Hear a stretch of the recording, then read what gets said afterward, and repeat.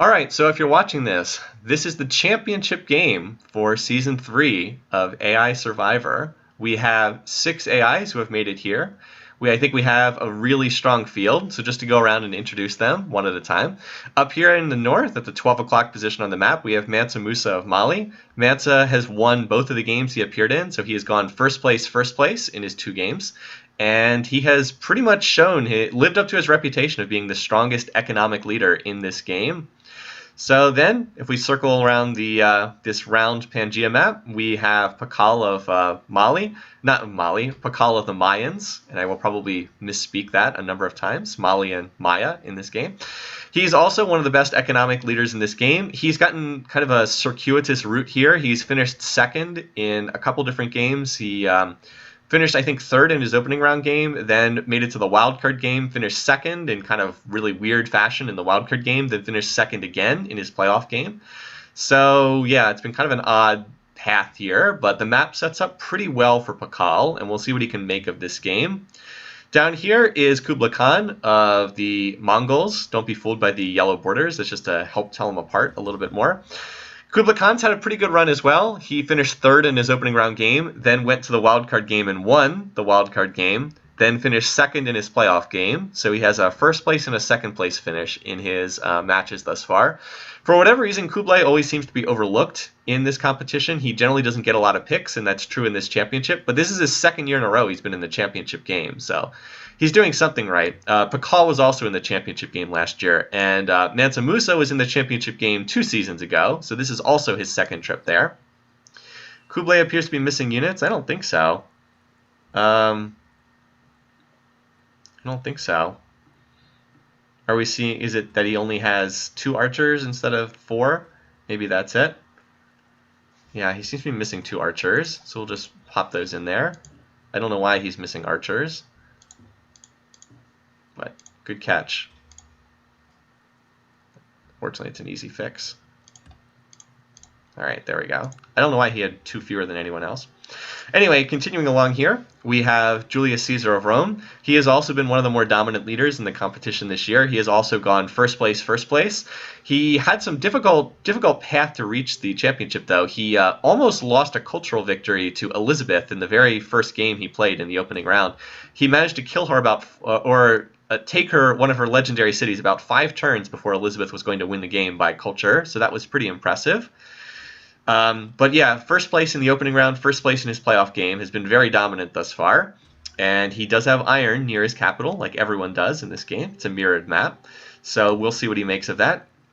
Over here on the southwest corner, we have Justinian. He has finished first place in the opening round and then second place in the playoffs to get here, so first and second place finish. Justinian was our winner of the competition in Season 1. This is Season 3, so he has kind of the past pedigree as well. Has obviously been to the championship before, since he won the entire competition. Looking to get back, had a great run this year after a poor showing in Season 2. And he's the favorite of a lot of people. I have also picked him to win this game, so I guess I'll be rooting for him. Then finally, up here in the northwest, we have Stalin of Russia. He's been the biggest surprise in this whole competition.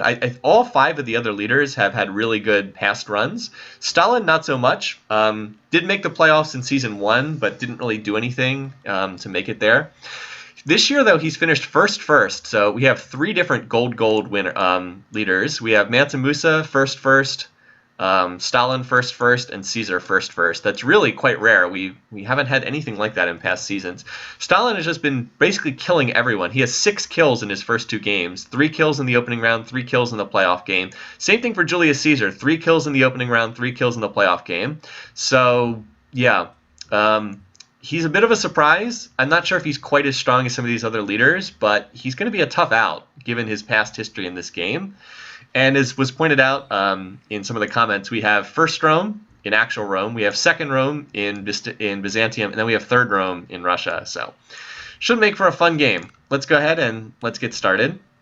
So we want to watch to see where the initial religions go. Interestingly, no one is researching a religion out of the gate. Look at this, a lot of fishing.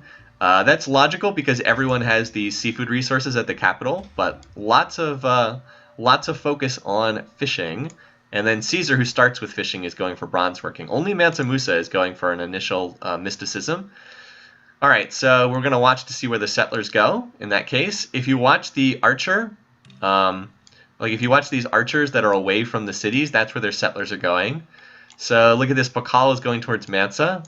Mansa's heading towards the center of the continent. Caesar's heading east towards Kublai Khan. No one's planted yet. Let's look at the research. So still everybody on fishing. So nothing going on in the religious race just yet. All right, has anyone planted yet? Yes, okay, so we've got our first city, Justinian, over here. Nice spot. Once he gets the borders popped, he's going to have the dry corn for food, and then he's secured his iron resource already. He doesn't know it's there yet. It's still hidden to him, but he has secured it nonetheless. Also has gone towards the center of the donut, which is usually a good thing. Look at this. Mansa and Pakal headed straight towards each other. All right, so we've got, look at this, and then Caesar and Kublai going straight towards each other too, leaving a lot of open space over here on the back end, and then also over here on the back end. All right, so over here, Pakal's got a really nice spot. Look at this. He's claimed copper and iron, and he's got the grassland cow for food. So there is still another iron resource for Mansa over here. But if by some chance he would not get this, then he would be denied iron. Of course, if he loses that spot, then it's his own fault. All right, interesting. So that's a very nice city too.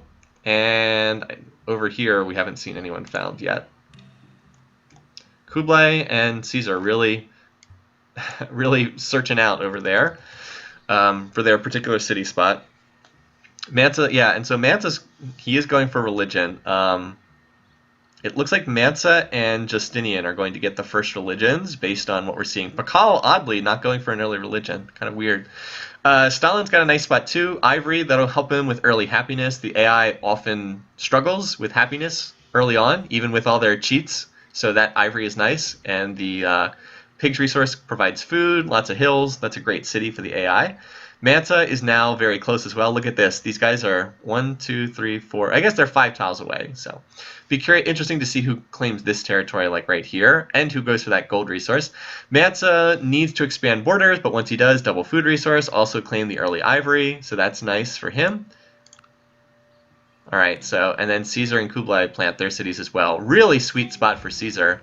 He's also apparently already finished bronze working. I don't know if he popped it from a hut or what. He's going for a religion, but he's not going to get it. It looks like Justinian's going to found that, barring something weird. But like, look at this. Wet corn for food, iron for his Praetorians once he researches to iron working. Caesar already has bronze working because he just finished that, just revolted to slavery. So I think he popped that from a hut. And gold resource. Really nice. Oh, and horses too. This is an awesome city. Kublai, not quite as nice, but still good. Grassland cow for food, and then a whole bunch of calendar resources. Nowhere near as strong, but not bad. Well, Caesar will not get the gold connected because the AI only starts with one worker, and as you can see, he's over here building a farm in the middle of nowhere. This map's been setting up well for Caesar thus far because he farmed the corn, and then because he starts with fishing tech, he immediately was able to get a workboat out. Let's see, you said, someone mentioned that there's a settler being built. That's standard. The AI likes to start settlers in their second city at size 1. That's pretty common that they like to do that. All right, so let's advance a couple turns, see where the religious race is going. Yeah, Mansa looks like he's going to get the first religion. That's interesting. I would not have thought he would get it. But, yeah, look at this. Everybody and their mother's on polytheism, but it's going to be Justinian and Mansa that are going to get these. Looks like. Kublai's plant is horrendous for a second city. It's not the best. Not the best. He would have done better to go into this area, right? Get the ivory, the horses, the copper. Yeah, could have been a much better choice there for sure. All right, so let's see what Mansa does. So Mansa gets the first religion, claims Islam. So I'll screenshot that for the report later. So he's got a religion, and Justinian should get the next one. So we'll see if Mansa's able to spread his religion. If Pakal found his own religion, Mansa could be in even more diplomatic trouble than he's already in. There's Justinian already getting ready to found this. All right, so next turn. Christianity, of course, is his choice because we have choose religions on. Alright, so there's our 2 religions for the early game. Let's see who's doing a good job of improving their capital, shall we? So let's see, Caesar's connected his fish and his corn, and now he's building roads for some who the heck knows reason. You would think he would get his workers over here and improve these awesome tiles. Let's see what's going on over here. So similar thing for Kublai. He's connected his corn, he's connected the fish, and now he's building a road. The AI tends to mirror what they do. Yeah, same thing here. Building the road. At least Pakal's already over to his second city. Mansa has not built any workboats yet, so he just has the corn, and then I guess he's going to improve that with a camp. Similar stuff over here, and Justinian, yeah. So pretty similar across the AIs. All have done more or less the same stuff. Yeah, this is one of the reasons why I was shaky on Mansa as well, because it seems like he's going to get religions that'll make him even more unpopular than Peaceweight would. That said, Mansa looks like he's going to get the first settler out. Look at that, he's already got a settler underway. So hey, I'm like I said, I didn't pick Mansa, but I'm kind of rooting for him. I would love to see him do well and just like tear it up in this game, because I think either him or Huayna Capac are the best AIs in this game, just overall. There's Rome. See, Rome needs to start chopping down these trees and mining some tiles. But Imperialistic is very nice for the AI, because they struggle to expand a lot of the time. Yeah, so most people have got settlers under production, but it looks like Mansa's going to finish his first. So let's keep an eye out and see where he sends that when it's done. Mansa's already camped the ivory, so that's nice for him.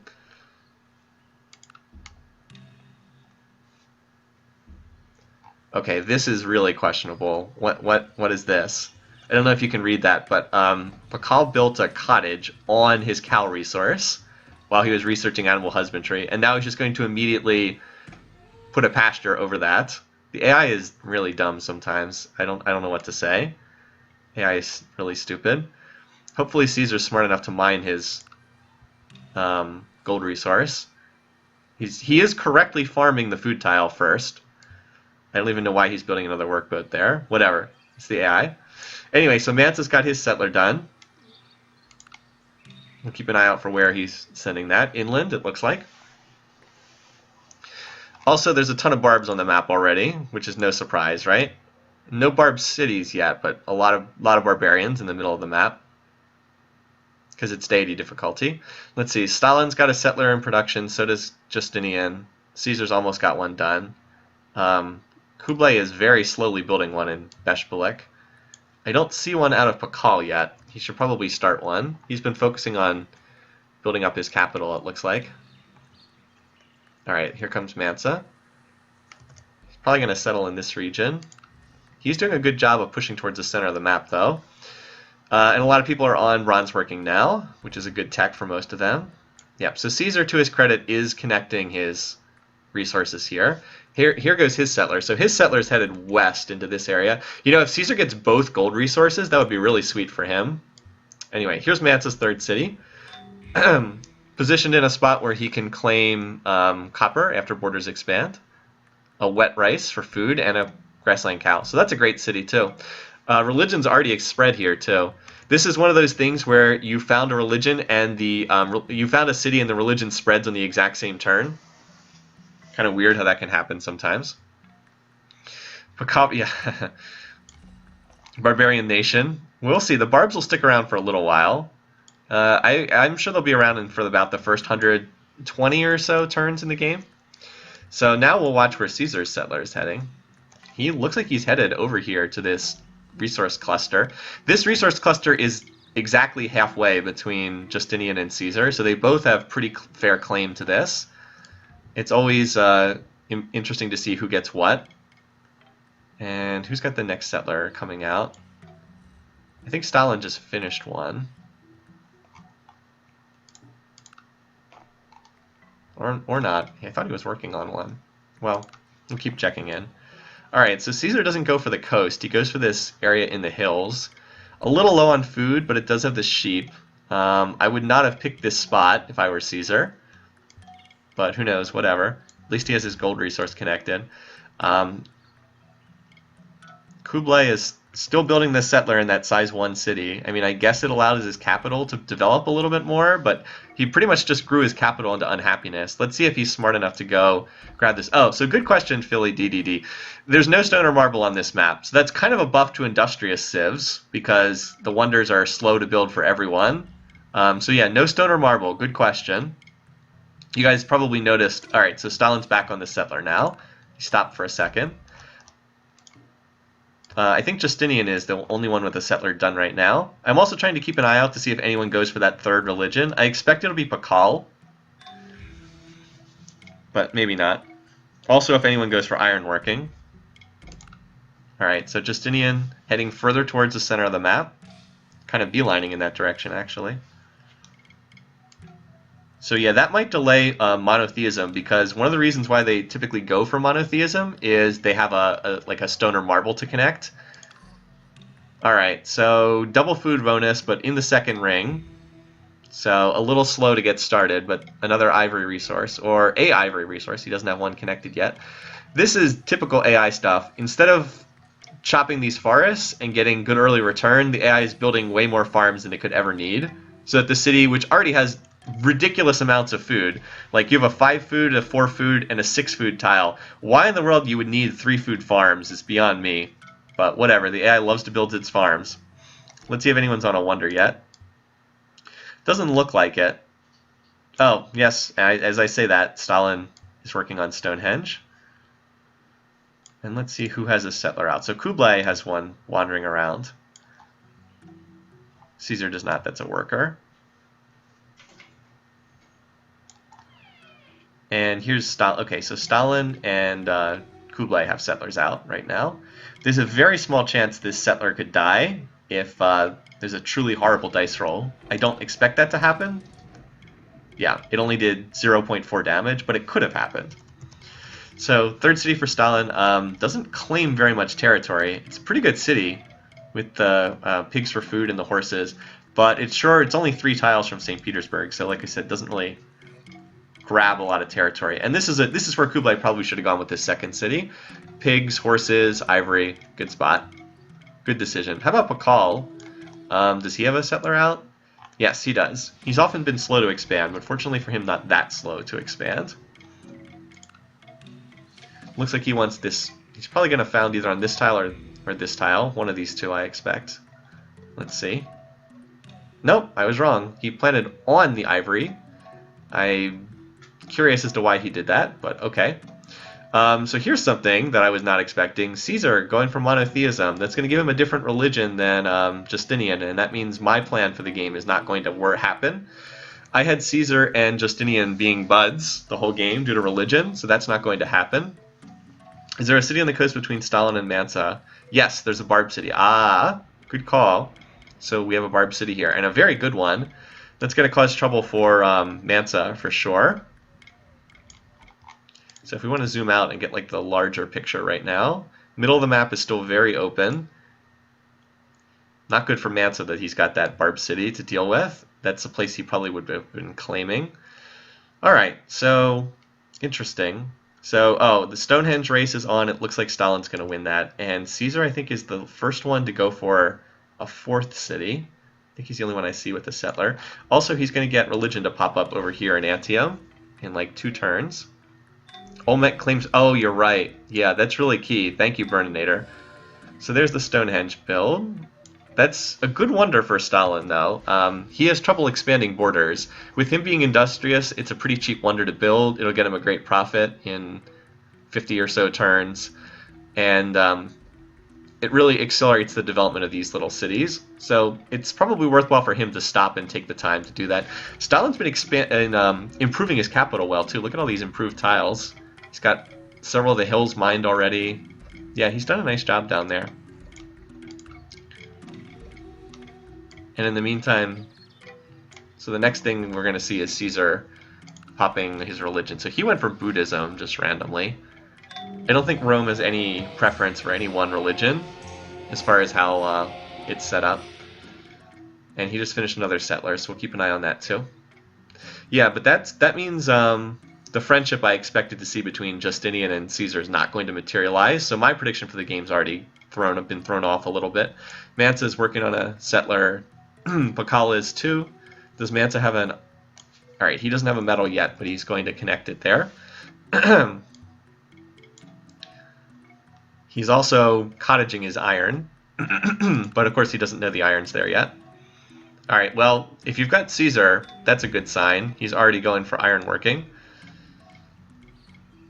Oh, and we have our Barb City pop up in the middle of the map too. Right there, Mycenaean. We'll see who gets claim on that spot. So the race is on to see who gets how much territory. Like I said, so yeah, most leaders are working on their settler for their 4th city. Caesar's the only one who has it done because he's imperialistic. He gets a head start. Justinian, of course, is imperialistic as well, but he paused to build Stonehenge, and that slowed him down a little bit. This unit's probably going to go right in this area. I will say one thing Caesar's done that's is working really well for him is he's managed to pick up the gold resource on this side, and he's probably going to get the gold resource on this side too, because he's already claimed, like he's already got a city right here. We'll see. Maybe Justinian slips in a settler right there, but you know, if you get both of the gold resources, you're in good shape. Similarly, up here, this one's still available. This one's not close to anyone right now. That one, so a lot of them are still up for grabs. It's not just the commerce output of the gold resource, although that's noteworthy in and of itself. It's also just the happiness. The extra happiness makes a big deal. And there's one silver resource on the exact dead center tile of the map. We'll see who gets that one. That's the only one on the map. All right, let me see where else settlers are moving around. Some should have just been finished. All right, so here's Mansa. He's got one in this city, right? No, he doesn't. That's a worker, not a settler. I thought he was building one in... Oh, no. He's building one in Dejene, and it's not done yet. Stalin, nope, that's a workboat. Justinian just finished one. Okay, so Justinian finished his settler. And I guess that's it. I guess everyone else is still working. Pakal is on double settler, though, which is pretty cool. Good for him. Caesar has 2 barbs about to attack this unit, but it's guarded by two archers, so it should be fine. Yeah. So he was able to grab that. I don't know if that's where I would have settled. This is not Civ 6 where you want to be on the river. I mean, I guess it's fine. Copper, grassland, cows in the second ring, whatever. Just feels like he could have put it on like this tile, and then he wouldn't have had to wait for borders to expand. Like he could have gotten all of the resources without waiting for borders to expand. Whatever. It's the AI. Olmec is on the wrong side of Malian territory. It should be, oh yeah, it should be next to Maya, indeed. Stalin and Justinian are going to end up Christian buds again. Yeah, it does look like that. So maybe the two of them end up renewing their alliance from the playoff game that they were in. They are indeed on the same river, so there's a really good chance that Christianity is going to spread to Stalin. And Mansa, if he's smart, will spread his religion over to Pakal. That would give him kind of the counterweight he needs in this game. He needs one ally to be successful, at least one. More would be better, but like he needs at least one ally. Okay, so Justinian has a settler out. I think he's the other one. Oh, so he's going north with this one, not towards Caesar, towards Stalin. All right, so not a great city, but plenty of food. Claims the ivory, so not bad. He's the first one to forward. Okay, and I missed this one, so Mansa's settler goes here.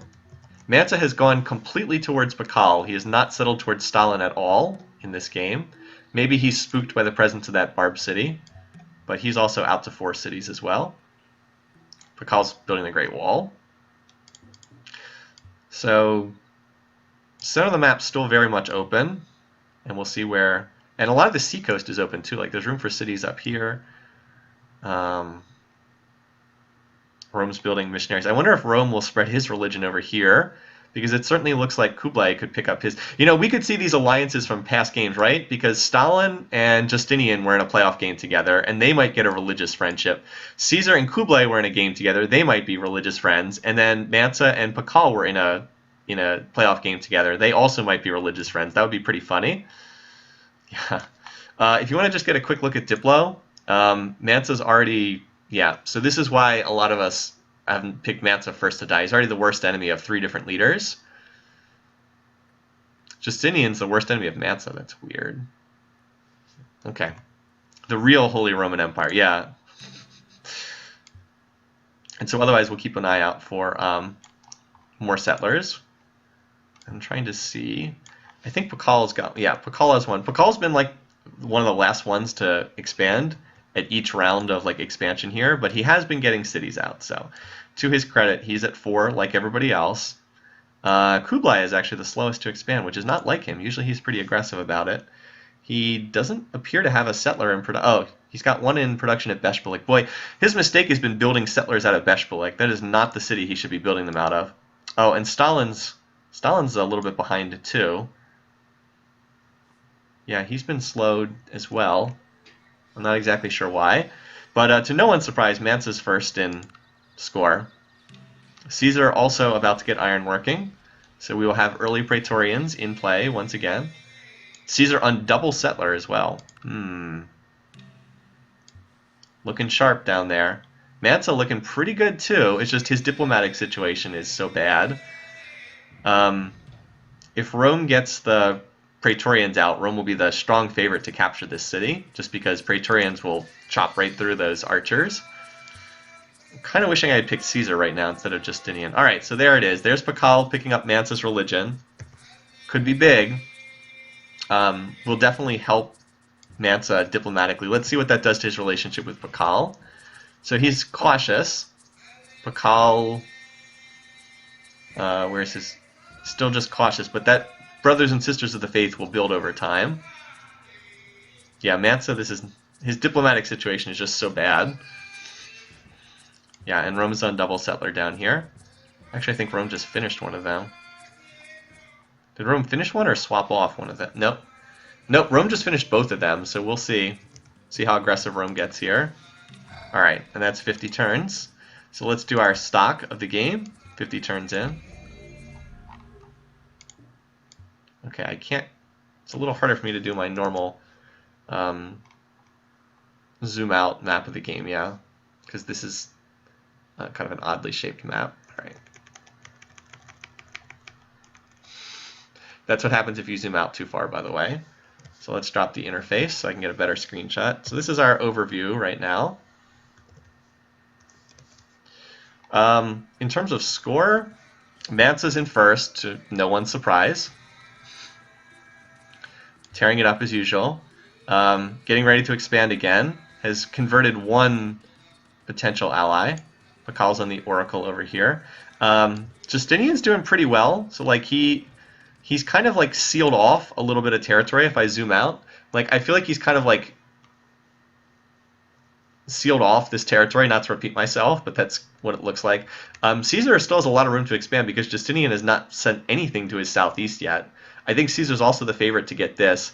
I will say that Kublai has been struggling. I don't really like the way he's been doing. Oh, Pakal's first to 5. Oh, okay. I didn't even see that. Yeah, that's a great pickup for him. He'll get the sheep tile, and he's grabbed the gold. So that is denied to Mali for the time being. We also have a lot of people heading after this city, but I don't think it's going to fall anytime soon. It would not get auto-raised because it's already grown to size 2. Yeah, so Stalin, I think, is struggling, and Kublai, I think, is struggling. And sure enough, they're last place leaders in score. So score, not always 100% accurate, but it can be a reasonable proxy. All right, no real difference in GMP yet. Caesar's first in production. Justinian's last, kind of interesting. Food, no huge distinctions yet. Kublai seems to be running a little bit behind, and power is relatively equal. Big spikes from Mansa and Caesar, actually. Again, if Mansa gets time, like the whole game is on the clock here. If Mansa gets time, they're going to lose. All right, so that's where we stand. If you want the quick look at diplomacy, it still not too much has shaped up yet. Basically, Mansa is unpopular with pretty much everyone, except maybe Pakal. Just a tough map for him. So Mansa, yeah, Mansa's probably not going to get either of the gold resources, which is too bad for him. He'll probably still be okay, though, because he's Mansa. And Justinian, most cultured. Interesting. Alright, so let's see. Here comes a settler from Caesar. Caesar is also finished ironworking now, so don't be surprised to see Praetorians. Alright, so Maya builds a Great Wall that's not really that useful on this map. At least it gets a cool look. This is like a legit looking Great Wall, though. I also like this little segment right here. Just like, you know what? We really have to protect ourselves from the barbarians on this tile. Let's seal them out. Obviously, it just goes wherever your borders are at the time it's constructed, but anyway, I find it amusing. Does Stalin have a settler out? Okay, he does. He's got a settler moving up here. Alright, so, boy, Stalin just doesn't want to claim territory, does he? All his cities are like 3 tiles away. I mean, this one's not that bad or anything. It's just, well, it is bad. There's no food bonuses. So, yeah, that is a pretty bad city. It's just weird that, like, he doesn't want to claim territory. He's being so defensive with these plants. Meanwhile, Caesar's got 2 cities, 2 settlers over here. That one claims a rice tile, pretty much single-handedly making it a worthwhile city. And he's got another one up here. So Caesar's doing a good job at the bottom of the map. His tech rate's probably awful right now because he's expanded so much and he doesn't really have much in the way of economic traits. But look, double settlers again. Rome likes to expand, just like in the real world. And Pakal is going for another wonder. But wait, Mansa? Okay, Mansa planted this city, which apparently has no defenders in it. So that means he'll have access to iron. And we'll see if who gets Olmec. So just 2 barb cities right now, I think. Did we get a third one somewhere? Yes, we did. That one, Tartar. So all of these are capturable. None of them will be auto raised. I mean, Tartar is only size 1, but it's about to grow to size 2. So, yeah, a lot of opportunities for people to grab these. Rome just picked up another city too. Will be great once it gets the pig. Well, not great, but a solid city once it gets the pigs. Laxa River doesn't have that many hills, but yeah, good. Will be good down the road. Caesar's also building Temple of Artemis for some unknown reason. I really like the way Caesar's playing this. I wish I had picked him instead of Justinian at this point. Yeah, Tartar's on the wrong side, should be next to Mongolia, indeed. Yeah, I really wish I'd picked Caesar now, but oh well. Water under the bridge. I thought just the map set up better for Justinian than it did for him. So a lot of people on ironworking and a lot of people on monarchy right now. Monarchy makes sense because everyone should have a wines resource somewhere, and frankly the AI can use the happiness from hereditary rule. Alright, so still pretty quiet, still a lot of room on this map for expansion. Let me see if anyone else has a settler out right now. So I think Kublay's got one over here somewhere. Yeah, he's got one in this city, right here. So maybe we'll keep an eye on that one and see where it goes. He actually looks like he's building up maybe for an attack down here. And Pakal continues his wonder ways. Let's see what he grabbed. Probably metal casting. It's the most common tech for the AI to grab. And he did take metal casting, no surprise. It's still possible for Pakal to go out and grab a religion too. Pakal has a pretty strong religious preference in this game, and I wouldn't be shocked if he went for the Code of Laws religion. Caesar still has not expanded his religion over to Kublai, although you'd think that that would probably happen sooner or later. He looks like he's been spreading it to his own cities. And look, we do have Praetorians out on the map now. Justinian has not spread his religion to Stalin either, which is something I also expect to happen sooner rather than later. Monarchy unlocks wineries. Don't ask why. It's just one of those things that happens in Civ4. Yeah, Rome's pumping out the Praetorians now, and that's a bad sign for everybody else. Yeah, but we actually haven't seen as much expansion as I thought. The AIs have been a little bit slower to expand than I was thinking they would. Stalin and Kublai in particular. So Kublai finally got out to 4 cities, but man, he is struggling on this particular start. I don't know why. Maybe just something about his programming is just not handling this well. Stalin too, not doing as well. Oh well. Look at this. Look at Mansa's all the way down here. Mansa's like, I don't care what the diplomatic situation looks like. I'm just going to keep pumping out settlers. 1, 2, 3, 4, 5, 6. And he's got another settler in production too. So Team Mansa looking pretty strong. Yeah, a lot of people on Temple of Artemis. I don't get it. AI loves that wonder. Did Rome finish those settlers it had? So Justinian did plant this spot over here, and Rome's got another city settler here. So they look like they're going to divide that up over here. Oop, what's going on? Computer, what are you doing? Computer, what are you doing? Why? My computer does this sometimes. I don't know why. All right, so unplug the mouse, plug the mouse back in, and what the heck? Why is that happening? Okay. Oh wait, that's not the mouse. That's the wrong. That's the mouse. Okay. All right, let's try this again. All right, that fixed it. Okay, so we're good. Interesting. It's just like all of a sudden the mouse just wanted to scroll up to the top of the screen. Anyway, so Justinian is expanding decently, although in kind of a weird shape. He's now down here. While the center of the map is still pretty wide open for just about anyone who wants it. All right, getting back to, I was checking where settlers were. All right, Justinian has another one in Thessalonica. Caesar has one here. Caesar has another one here. Because Caesar's just cranking them out like a madman. Mansa is apparently attacking that city. Good luck with your archers. See, once these Praetorians get up here, though, that Barb city's dead. So I expect Caesar to be the one to take that. And Caesar apparently conceded this area. He's turned around and is walking north with his other settler down here. But yeah, he just founded Mediolanum. So Mansa's already finished monarchy and gone into hereditary rule. That might help him, though, because monarchy is the favorite civic of a lot of people. So he might be able to get... Do any of these leaders have hereditary rule? All right, so Pakal does. So he looks like he's going to be on good terms with Pakal. He's running Pakal's favorite civic. They're sharing the same religion, so that could help him out a lot. See, Pakal's up to +3, and it'll continue to get higher. Meanwhile, he's pleased with Pakal. Of course, everyone else hates him. He's the worst. Mansa's the worst enemy of everyone else in the game. But maybe if Pakal's his friend, he'll be able to do something. We'll see. Caesar is certainly cutting off Kublai. I'd say Caesar's gotten the bulk of the territory in this part of the map.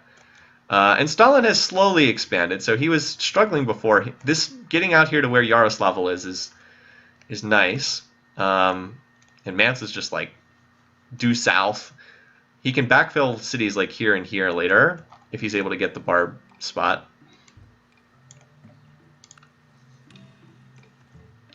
Yeah, here comes the Praetorian. Of course, the one thing that Caesar ought to watch out for is he could attack and then someone else slips in. One of these other units slips in and gets the actual city kill. One of these other guys. All right, so Kublai converted... Wait, Kublai converted to Islam? Ooh, interesting. So Gandhi's picked... Or not Gandhi. Mansa's picked up another potential religious ally. Let's see how that shifts. Probably not much yet. So it's gotten him up to cautious. That's good. And he's no longer the worst enemy of Kublai. Has anyone else become the worst enemy of Kublai? No. Yep, and Kublai joins Team Mansa. I know, right?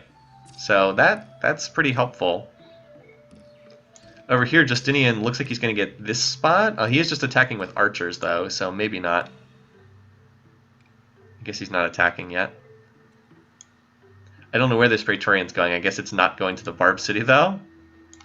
Caesar still has a settler wandering around over here. I don't think he knows what to do with it, though.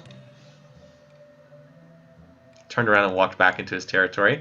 I think it's one of those things where he decided to stop expanding until his finances improved. And Pakal's got an unescorted settler over here. I don't know why the AI does that. Jeez, look at how far south Mansa's gotten. So he's taken he's pretty much taken the center of the map. Where's that silver resource again? All right, so here's the dead center right here. And he's almost gotten all the way down there. Pretty impressive from Mansa to get that far down the map. And of course, as mentioned, Mansa, Justinian sniped this. Yeah, oh, I see. Yeah. I think he was planning to go here, but you're right. Justinian sniped that spot. And the Barb cities are still very much available. Mansa's got a chariot. That might... Well, he probably needs something stronger than a chariot, but maybe he'll have more success there.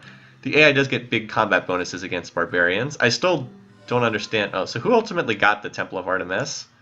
It's a terrible wonder. I'm just curious because a lot of people are building it. Rome! Rome got it. All right. Huh.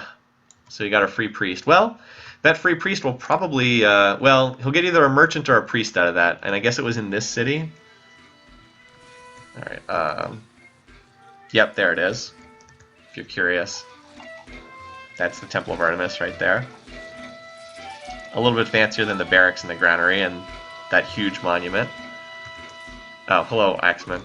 There we go. That will help Caesar a little bit economically. Probably wasn't worth it, but will help somewhat. I just can't get over how far south Mansa's pushed.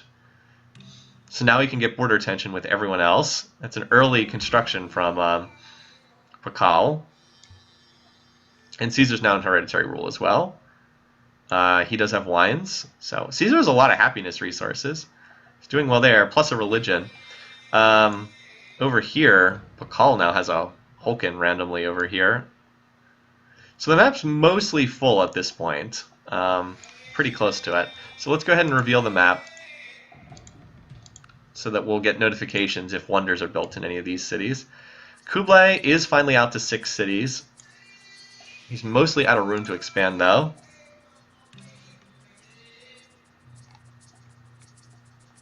Justinian has got a unit right here. I guess he's going to claim that silver. Yep. Okay, so Justinian claims the silver in the center of the map. And Justinian did get this gold resource, so that's a nice pickup for him. This is a great city. It's heavily pressured by Roman culture, but he did get that. And Mansa's going to bury the the fourth religion. No, I don't think we've had any shrines finished yet. Good question. No shrines done yet. They show up as world wonders. Look at this. Mansa's capital is size 11. I mean, granted, there's some other big capitals, but still, that's pretty crazy. And he's about to grow again. See, this is why they need happiness resources so badly. They've got tons of food at their capital. They just need the luxuries to keep them happy. So yeah, Mansa is still unpopular with most everyone except not Pakal and not Kublai. Those relations should still be getting better with Kublai over time as more cities convert to Islam. But the other 3 AIs do not like him. So that could be an issue. Interesting that Caesar is now the worst enemy of Mansa Musa. Let's just see if anyone's got a big stack in terms of power. Caesar. Caesar has the most power by quite a bit. Praetorians. That's Praetorians for you. Well, we'll see if he directs them at anyone. Mansa would be the most likely target. This city is still just sitting there like a fruit ready to be plucked on the vine. There's a bunch of archers and a skirmisher outside. Once someone sends some actual combat units, it'll probably fall. This one is like practically a barbarian metropolis at this point. Yeah, so mostly at this point I'm watching to see who's going to take these barb cities. So Kublai's got... Alright, Kublai is probably going to get this. He has a legit stack here. 2 chariots. Nope, Stalin with random archers takes it. Alright. Interesting. Also, that's Mansa founding a minority religion and burying it, so it shouldn't end up affecting anything. Caesar's actually taken over the first place score point, though. Score mark, which is interesting. That's really... oh, hey, what's this? Rome's got a little stack here. Where's this going? Looks like it's headed for Mansa. Yep. So it looks like we're getting ready to see our first war of the game. Alright, we had a request for a close-up of the Hulkin. Is that one? No, that's a sword. There's one over here. Alright, here you go. with their crazy shields. There you go. Barb cities can culturally flip, yeah. They're treated just like normal cities that way. Can happen. But yeah, it sure looks like Caesar's getting ready to go attack Mansa, which is probably not the best target for him, but it will hurt Mansa, that's for sure. Well, we'll see, because it sure looks like that's where these guys are going. Over here, this city is still not getting attacked. And whatever the attack was against that city, it didn't work. Alright. So, as we suspected... Okay, Stalin, yes, we'll sign open borders. So, first war of the game. Not really a surprise, considering how unpopular poor Mansa is with all the other leaders. So Mansa could probably beat any of these other leaders just fine, 1v1, but he's probably going to get ganged up on here, and that could spell disaster. Justinian going for second gold. Maybe. He does have a settler over here. So let's look at the immediate target here. Mansa has 3 skirmishers and an axe. That would normally be enough to hold just about anything, but these are Praetorians. We'll see. There are no walls in this city yet, no border pops. Alright, and Stalin has picked up Justinian's religion, so... Poor Caesar, no one is following his religion. That could be really bad for him long term.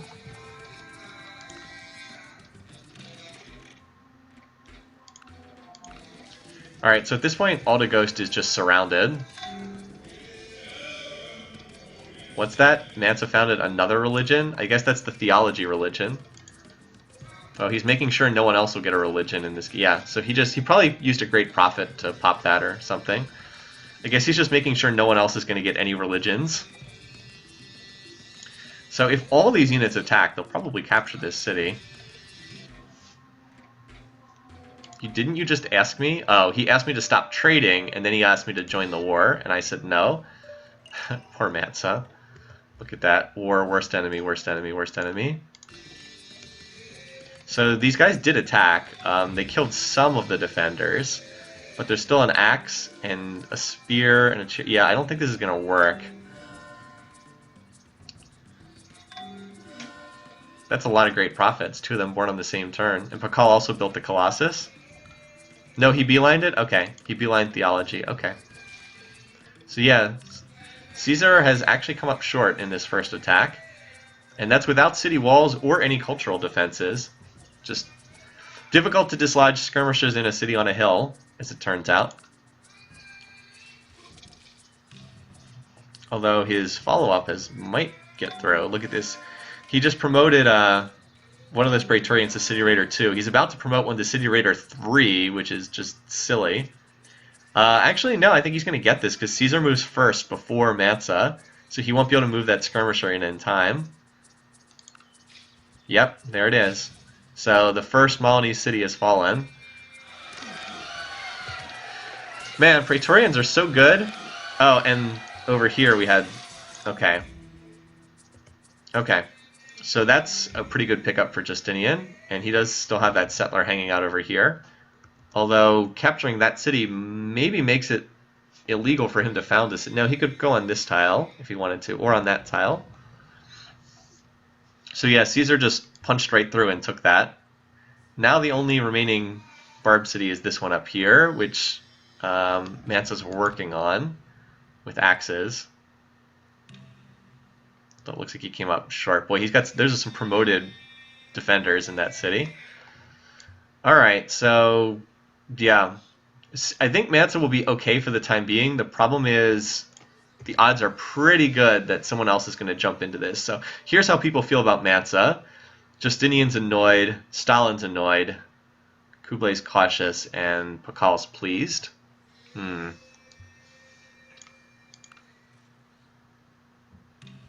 So yeah, Caesar's in first place. I mean, he's looking pretty solid right now. This city, Aldeghost, is not a very good city. It actually has 0 resources whatsoever. But I mean, Praetorians, they're really strong. I think it's going to be tough to make much more progress without getting to construction, but I think Caesar is heading for construction, so... I mean... Oh, and okay, so Mansa did finally get that city, so that's good news for him. I think the way this plays out, though, is I think Stalin or Justinian join this war, and then Mansa gets carved up between them. Yeah, is anyone else gearing up for an attack? Let's just look at the power bar graphs. That's usually a tip-off. Wow, okay. Caesar's got a lot of power. No one else appears to be gearing up for an attack, but wow. Yeah, Julius is not very liked either, that's true. If you look at how people feel about him, it's because he has, yeah, everybody's in minuses with him. Look at this, cautious at best with everyone. And that's because he has a religion no one else is following. That's why everybody is so unhappy with him. Sure has a lot of units, though. Alright, so Caesar's first great person is not a prophet, it's a merchant. Although I'm not sure that that's worse. That might be... might still be pretty good for him. He certainly seems to be building another stack down here. Like, if he combines these two, he'll have a pretty monster stack. Like, look at that. This is City Raider 3 Praetorian. That is a terrifying unit. Is Gao on a... No, see, Gao's not on a hill, and it doesn't have walls. Mansa, you should really start building city walls, like, now. Even if nothing else, Caesar's going to be pillaging his tiles, and that will hurt Mansa. Caesar should wait until this stack joins him. If you combine them together, I think he could take this without much trouble. Pakal likes me the most, is that true? Oh, he does. Because of open borders. Okay, I don't know why his... I'm not sure why Caesar's units are splitting up like this. Just kind of like running around randomly. Well, we'll see.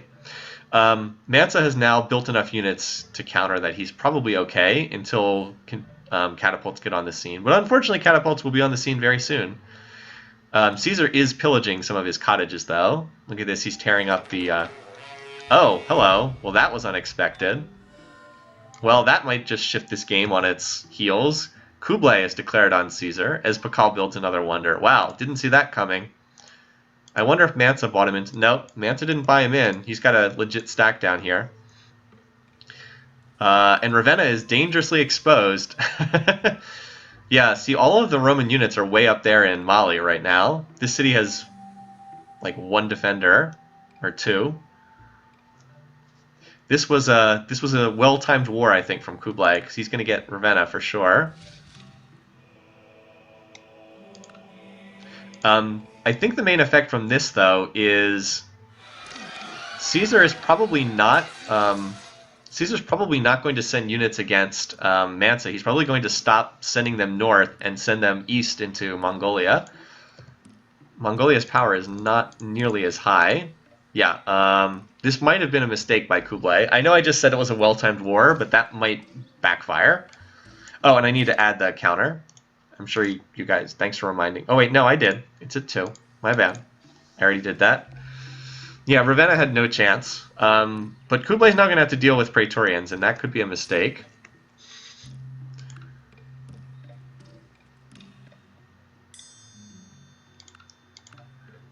So, yeah, we'll see. Like I said, I expect that Caesar will mostly turn his units around. So that's really good news for Mansa. Again, if Mansa can advance to, like, the next generation of military tech... well, I was going to say let's look at the tech rates. We'll look at that on turn 100, see how fast everyone's researching. Yeah, see, like, Caesar's already assembled a pretty formidable stack down here. Look at all those Praetorians. I mean, this stack is mostly Kashyyyks, which get no defensive bonuses at all. Yeah, imperialistic plus fighting means you get a lot of great generals. Yeah, and, like, look at this stack here. That's a lot of Praetorians against a city that has no walls. Just swords.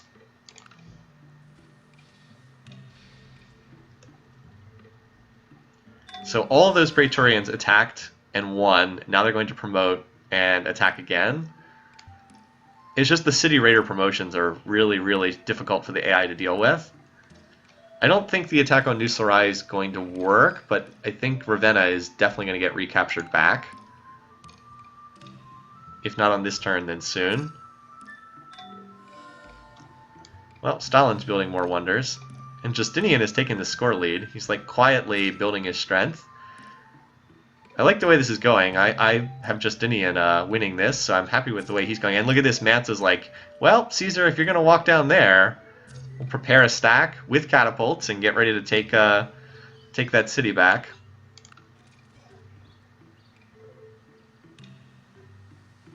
So that attack on New Sarai didn't work. Came up short. Look at the power bar graphs again. Yeah, so yeah, look, Caesar took a pretty big hit. So did Kublai, but a bigger one for Rome.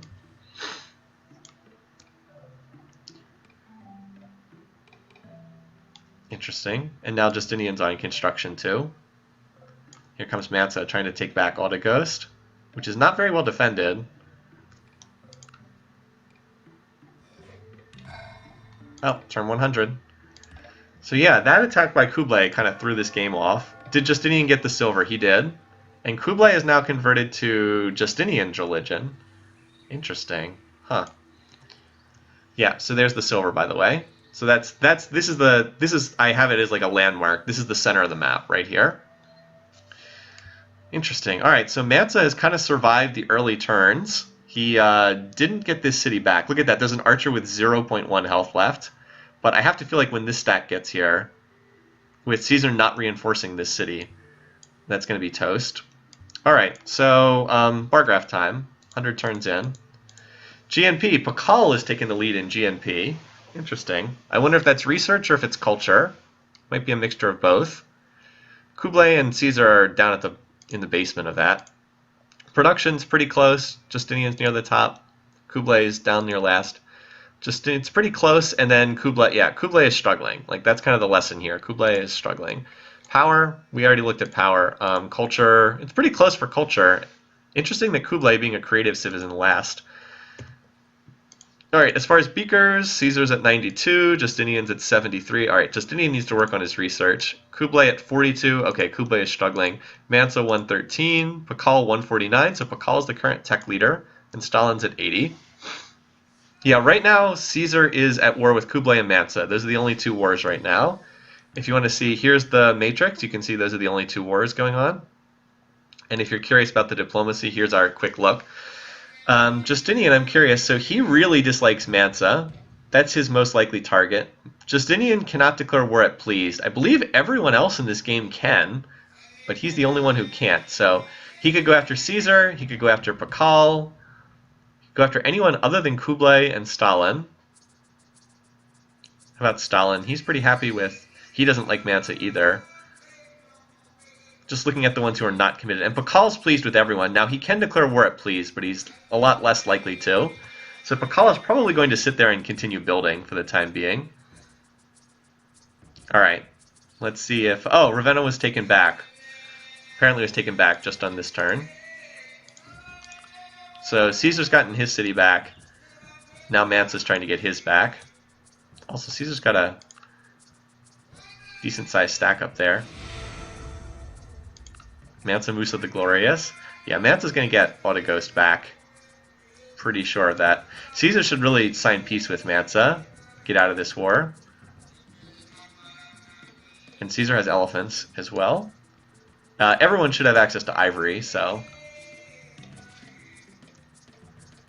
that attack doesn't look like it fared very well, and now the walls are starting to go up. Caesar does have construction. He should get... Alright, he needs to bring these catapults over. Yeah, sure. Request for classical music is fine. Alright, here we go. Monarchy. Everyone should have that by now. Or something similar. Yeah, that river near there was a lot of blood spilled near Ravenna, for sure.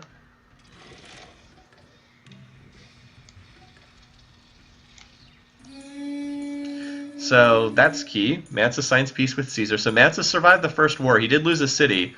It's unfortunate for him. Yeah, I think he should have taken that city back and then signed peace, but he did not. So Mansa can go back to what he likes to do best, sitting back and teching. So we now just have Kublai against Caesar going on right now. This is probably not a good situation for Kublai. Look at all those City Raider 3 Praetorians. 1, 2, 3 City Raider 3 units. It's still not enough up there, but Caesar's like marshalling another stack down here that I think is a more serious stack. So Turfen is probably the next real target that he's going after. And there are some catapults here, so yeah, so the attack on New Sarayas looks like it's failed. But it is diverting some resources for Kublai that might be better off elsewhere. I'm just going to glance through and see if anyone else looks like they're building up. I don't see, doesn't look like Stalin is. Justinian's on infrastructure, so he's not currently interested. And Pakal, I mean, what do you expect? Pakal's building wonders. That's all he ever does. So, looks like this is really the only main conflict. Why isn't Stalin declared on Mansa? I don't know. He hasn't been as aggressive this game. I mean, he's annoyed with Mansa. Look at that, 0. Peace weight, you know, affects what goes on, but it's not a guarantee. So Caesar attacked the city and killed some of the defenders. He really should have just waited for the other stack to move up. Not the smartest decision. And Caesar also is up to longbows. By the way, if it sounds like I'm focusing on Caesar a lot, it's just because more of the action has been involving him. Like there's been a lot going on involving Rome this game, so that's why. These units here are just like camped out on a forest, which is giving them that big defensive bonus. And I think Kublai keeps throwing units into these guys and not killing them. Although that turn it looks like he did kill some of them. But those are some really highly promoted Kashyyyks too. So looks like he did get them. I don't know what Caesar's doing. He had all these units down here, but like instead of bombarding the defenses with his catapults, it looks like he just threw them at the city and got everything slaughtered. So he's not fighting this war very well. And as a result, it's stalemated. I think he could have fought this a lot more intelligently. Yeah, look at these huge drops on the bar graph. There wasn't even a decrease for Kublai. I mean, a tiny one. Caesar just threw a whole bunch of units away for no reason. Yeah, Justinian on 10 cities, is that right? And he just finished his shrine too. 1, 2, 3, 4, 5, 6, 7, 8, 9, 10. Yeah, 10. And look, even this little city down here has made it to size 11. Nice, good stuff. Yeah, he's doing well. Now, if Justinian can just make his move and take out like one AI, he'll be in good shape here. So we'll continue to watch this war because it's the only main one that's going on. Maybe if you use your catapult, Caesar, that might help. Caesar saw Braveheart and decided, yeah, similar idea. That said, Kublai seems to be suffering pretty badly from war weariness or something. I don't think he has as many luxuries because his land... Yeah, he has the ivory, and I don't think he has calendar. Yeah, he doesn't have calendar tech yet. He's working on it. But yeah, he only has one happiness resource in his territory, and that's why he's struggling. If you look at how much smaller his cities are, right? So like, look, 5, 8, 6, 5, 8, 6. Compare that to Caesar's much larger cities, or Justinian's 16, 12, 13, 12. That's what happens when you don't have enough happiness resources. Your cities just get really crimped in size. So maybe Kublai is going to be first to die in this game, because Mansa seems to be hanging in there right now. And Kublai is awakened an angry Caesar. Yeah, Pakal is about to finish the mausoleum. It feels like Pakal gets the mausoleum every game. I think so there's a reason for that. I think Pakal goes for calendar tech because his unique building is there. That's where the Mayan ball court is located. And then he's like, oh, calendar. Let's build the wonder that's located there. It just feels like he gets that wonder a lot in these games.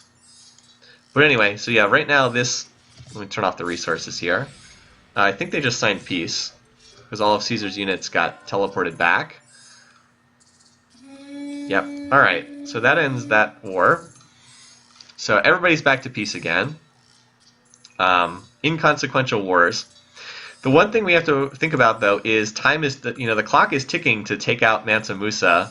He might not have that much territory in this game, but he's kind of got enough. So, like, well, that's interesting. So that's a pretty key wonder. Caesar got the statue of Zeus. But, like, there's only so much time before Mansa just runs away with the game. Like, he's got the cottages going up everywhere right now. Unfortunately for him, he did lose a city, but Like, he might already be strong enough to 1v1 most of these other leaders. Alright, like, Caesar's at 150. Justinian's at 150. Kublai, wow, okay. Kublai, yeah, you're in some trouble. Mansa's at 212.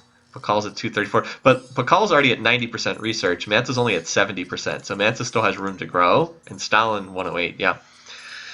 Alright, so let's look real quick at who hates who. Looks like Mansa still hates everyone.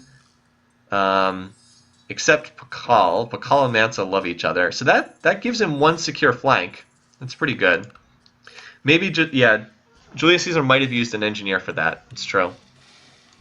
So for now, we'll look around. We'll see if anyone looks like they're building up. Justinian isn't. Caesar maybe, but he builds so many units it can be hard to tell. Kublai's not. Pakal certainly is not building up for war, because it's Pakal. No surprise there. Mansa, yeah, he's in bureaucracy, so no. Someone just got the philosophy religion. Let's see who it was.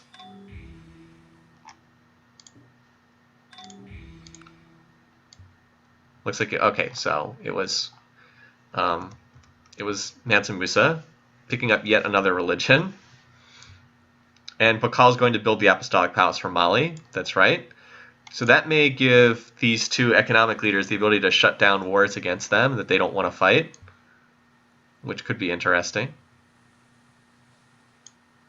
But so far, kind of a quiet game. I mean, we had that early war. I'm a little bit surprised Mansa has not been targeted by more AIs, but he really hasn't been. Look at that cheeky little city there. It grabs a dry corns that makes it worthwhile to have that city. But yeah, kind of a quiet time right now, so we'll just keep going through the turns. But like Mansa's already going to have bases by the time anyone goes after him, which could be okay. That's weird. Why is that tile in Russian territory? It won't be for long. It's going to flip over to Byzantine, but still pretty weird.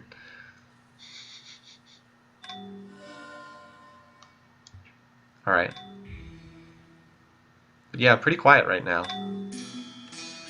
And so indeed, there's the Apostolic Palace. Attuned to Islam.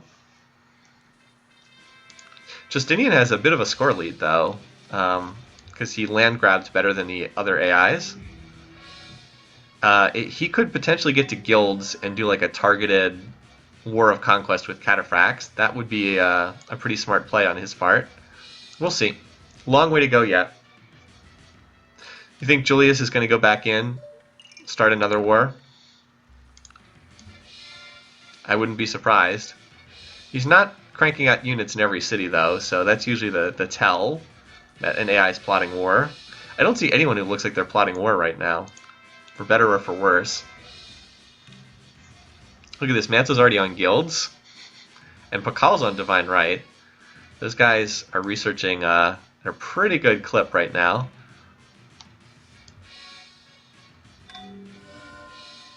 But kind of a quiet game for the moment. I mean, these leaders are pretty aggressive as far as leaders go, so like you would think that we would see some more action.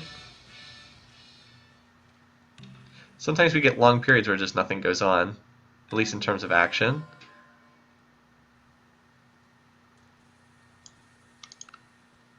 Parthenon is generally not a key wonder, more of like a little side benefit than anything else. Alright, so Mansa went free religion from Shwedagon Paya. He just built that this turn. There's the last religion of the game. What did that do to Mansa's relations? I think it improved them, actually. Yeah. He's only the worst enemy of Stalin now. Look at that. He's improved his diplomatic position a lot. By going to free religion was I mean, okay, so Pakal doesn't like him quite as much, but he's still pleased with Pakal, or Pakal is pleased with him. The only one who really dislikes him now is Stalin. Well, and he dislikes Caesar, but Caesar doesn't even hate him that much. Or I guess he's still annoyed. Caesar's more angry at Kublai, though. Interesting. No, that wasn't foolish. That was a great move. That improved his relations with most of these other leaders. I think that was pretty smart, actually. But yeah, Mansa's just racing through the tech tree at this point. Like, he's already has knights. Like, at this point, I'm not sure that he's really in that much... Oh, what's this? Is this an attack? Is this Pakal attacking him? Oh, okay. Interesting. I don't know if that's a good decision on Pakal's part. Mansa's ahead in tech as compared to... Yeah, because he's got knights and maces, and I don't think Pakal has either. Interesting. I wasn't expecting them to fight. They're even in power for right now. Weird. Didn't see that coming. Okay. Well, that was one effect of changing religion, I think, is that war declaration. But I don't think this is a smart decision because let's see where they are in the tech trade. That'll be a good comparison. All right. So here's Mansa.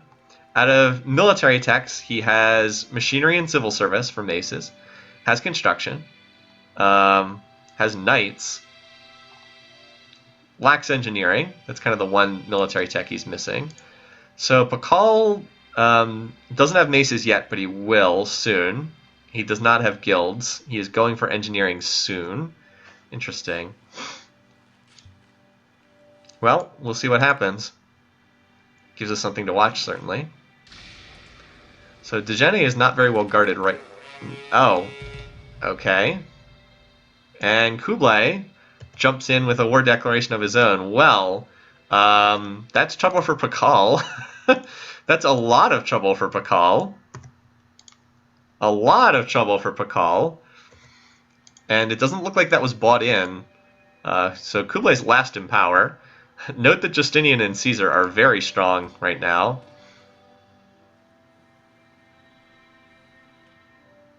Neither one of them looks like they're plotting war at the moment, but I wouldn't be shocked to see them jump in.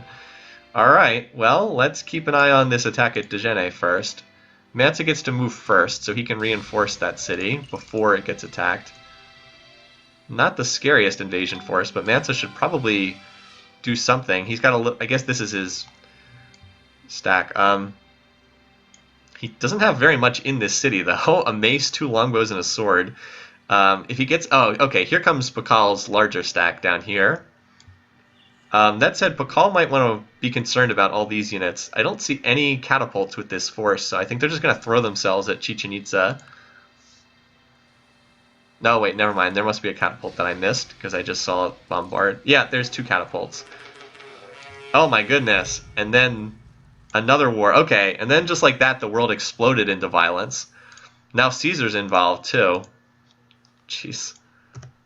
5. We're at 5 now. Alright, well, so much for your peaceful part of... Oh my goodness, that's a lot of units. How many are in that stack? 25. Pretty good for this stage of the game. 25. Oh boy. Alright, so now, I don't know how... I have no idea how this ends up. Kublai, though, is... His whole army is off in Mayan territory. This does not look like it's going to end well for him. Yeah, this... Although, Mansa better get his act together. He's going to lose this city. Because all the defenses just got taken out. Yeah, Mansa's slowly reinforcing it. As Pakal builds a shrine. Yeah, so Caesar is not advancing too quickly. But almost all of Kublai's forces are off in Mayan. This is so weird. Maya's army is in Mansa Musa's territory. Kublai's army is in Mayan territory. And now the Roman army is entering Mongolian territory. Yeah, now Justinian must declare on Julius Caesar and stall it on Justinian. We just go around the ring with each one declaring on their neighbor. Yeah. Justinian does have some units over here. He looks like he's plotting war too. Who's Justinian dislike? Well, he doesn't like Caesar very much, or Mansa. You know, he actually could declare on Caesar, which would be hilarious. All right, let's see. So this is getting very confusing. Let's see if Dejene can hold this attack. Looks like it can, for this turn at least. Nope, other direction. Other direction. So Justinian chooses to go after Mansa. All right. Good news for Pakal. They're eating her. And then they're going to eat me. Oh my god. Yeah, Troll 2. Or what? I think it's Troll 2. Poor Mansa. That's probably bad news for him. Remember, if we look at the power bar graph, yeah, Justinian and Caesar, and then Mansa's down here. And again, Mansa's fighting 2v1. Unfortunate for him. This is just a really tough diplomatic environment. So Kublai is still sieging Chichen Itza. Rome is going to take New Sarai as soon as the walls are down. Big question, though, is who would be first to die is pretty significant, though. So Mansa held that attack to his credit. He stopped that attack from Pakal. Now he's got to deal with Justinian, who I think Justinian was bought into this war because he doesn't seem to have a stack ready to go. It's usually a sign someone was bought into the war. By the way, Justinian, how close are you to cataphracts at guilds? Because that's your key. Well, he can research it. Really should. It's the next tech available. That would be a smart one to go for. Stalin? Yeah. No, Stalin looks like he's in builder mode right now. I don't see it. Amazingly, Stalin's jumped all the way up to second in score. I don't think he's going to stay there for too long. All right, so from right here we can see Chichen Itza and New Sarai, if either one gets attacked. All the walls are down in New Sarai, so that city should be falling as soon as... and Caesar built a Chichen Itza. Probably not as significant because no one's attacking him right now.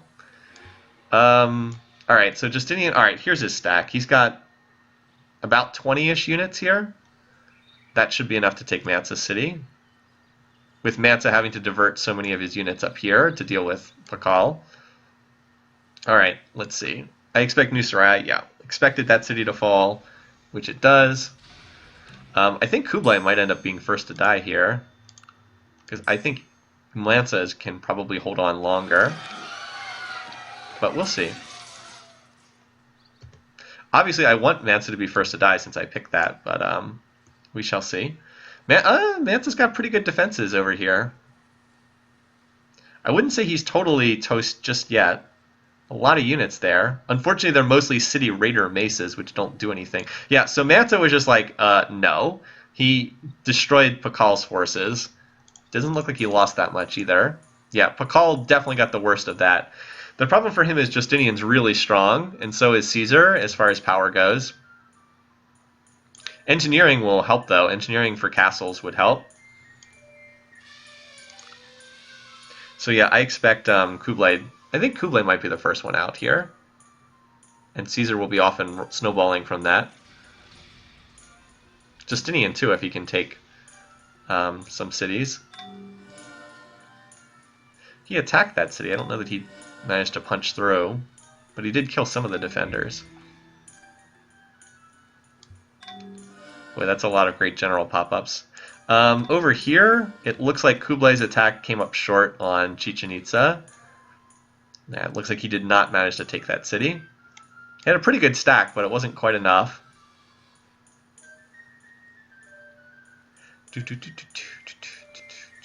Anyway, all right. This is probably where the biggest battle is going on right here, right now.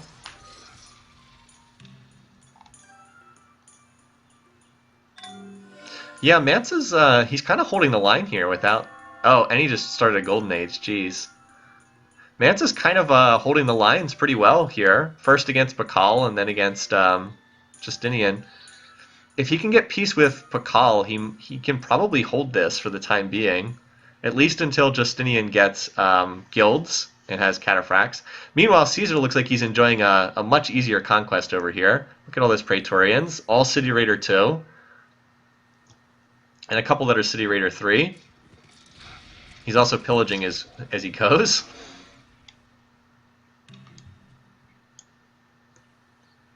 Well, Justinian is maybe getting through here. So there we go. So Mansa gets down to one opponent. Maybe he can hold off Justinian. Maybe. I don't know. Justinian does have a advantage in unit. Much more cities, to be sure. And Caesar has now linked up this city that he took from Mali with the rest of his territory, now that he's grabbed New Sarai.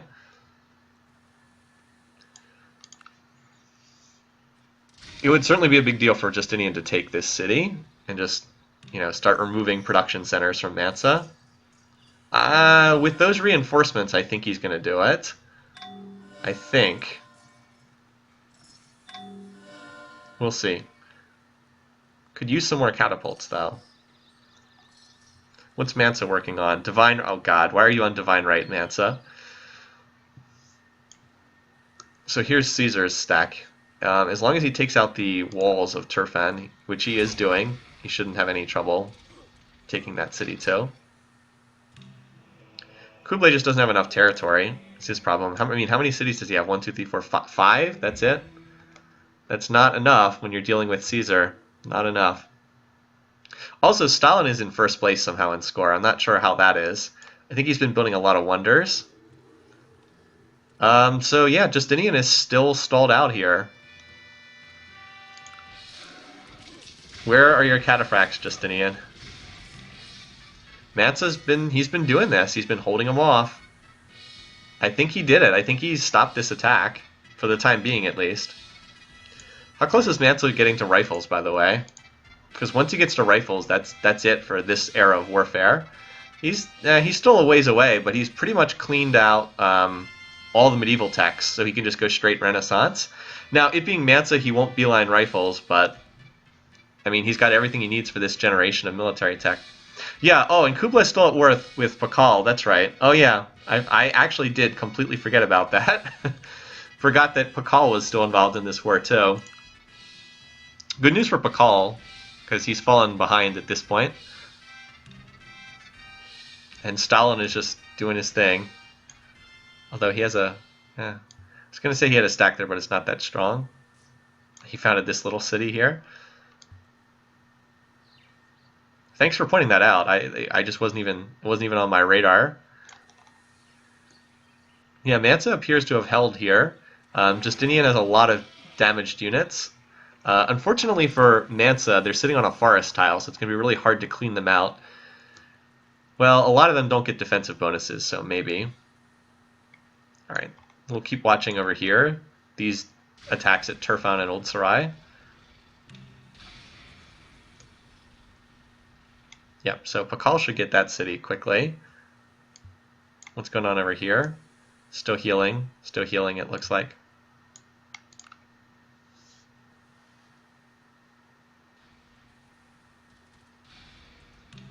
So the borders are the defensives are down at Old Sarai and at Turfan, and that should pretty much do it for them. All right, so there was a big battle up here between Justinian and Mansa. Or no, that wasn't a big battle.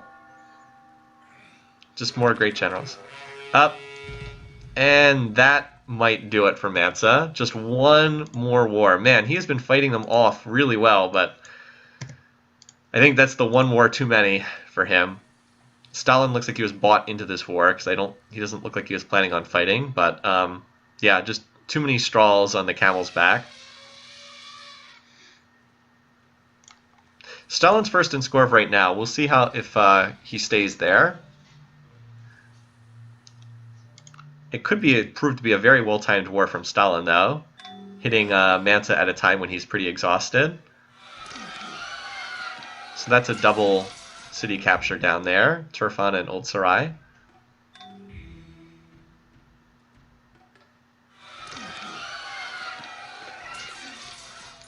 And there's only 3 Mongolian cities left, so Kublai certainly looks like he's going to be first to die.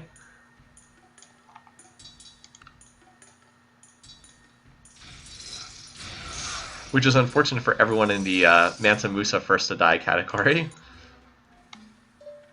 Everybody apparently has paper tech now.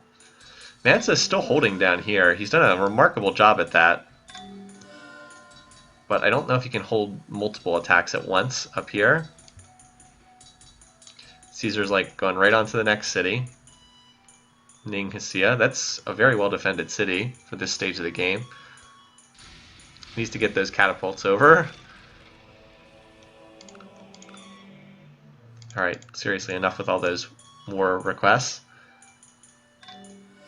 He's not going to punch through if he just attacks. He needs to wait for catapult support.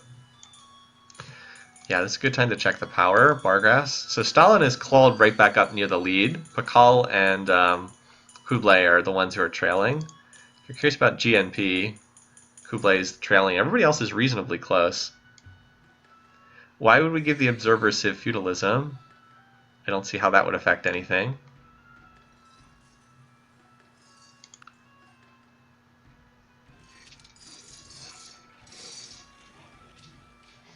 So down here, Justinian attacked. I don't think he succeeded. It looks like all his units died. Wow, that was a crushing loss for Justinian. He was not able to take that city.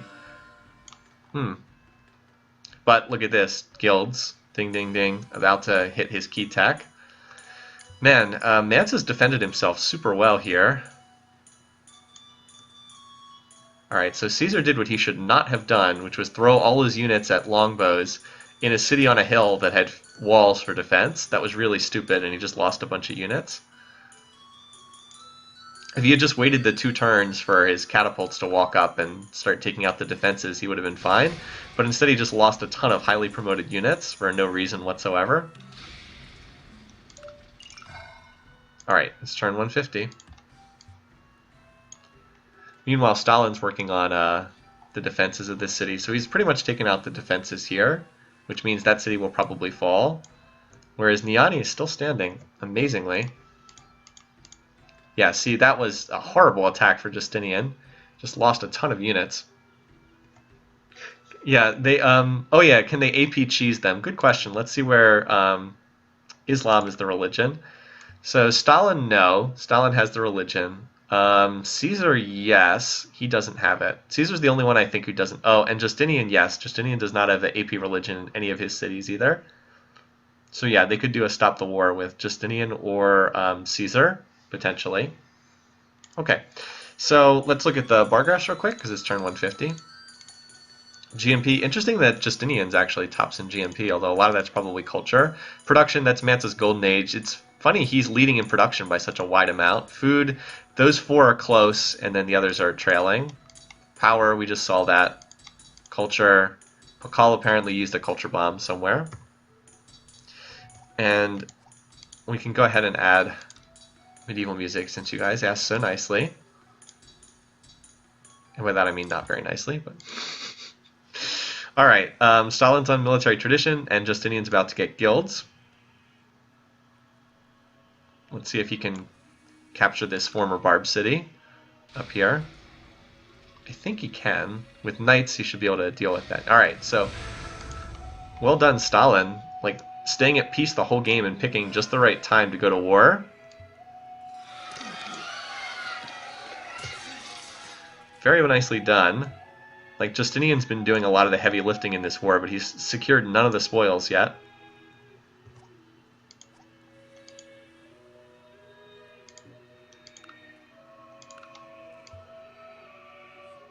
And with that early push to military tradition, he needs gunpowder as well, but once he gets there, he's going to have access to the cuirassier. Alright, meanwhile over here, we do have a siege going on at Ningxia. So Caesar moves before Pakal, so Caesar's probably going to get this city, Ningxia.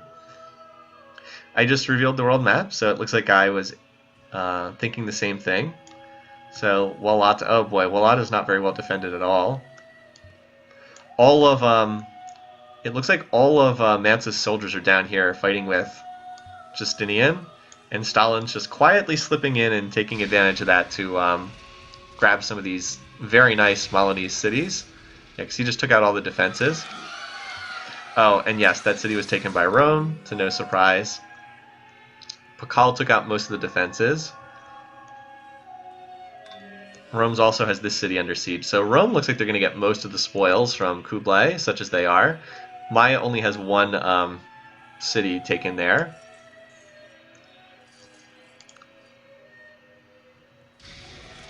Khan scraped into the finals and he's facing his limits, perhaps. Yeah, that city only has one defender left. But it looks like Kublai is going to be the first one out.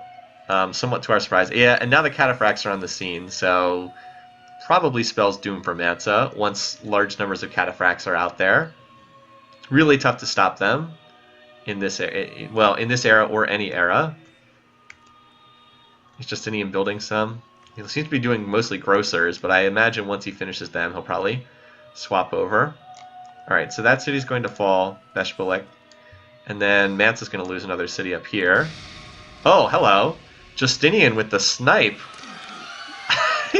He ran in with one cataphract and took that. Are you kidding me? How in the world did he do that?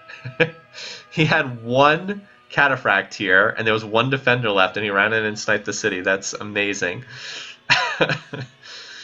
Jeez. I guess that does happen sometimes. If this city falls, the floodgates will be open in Mali.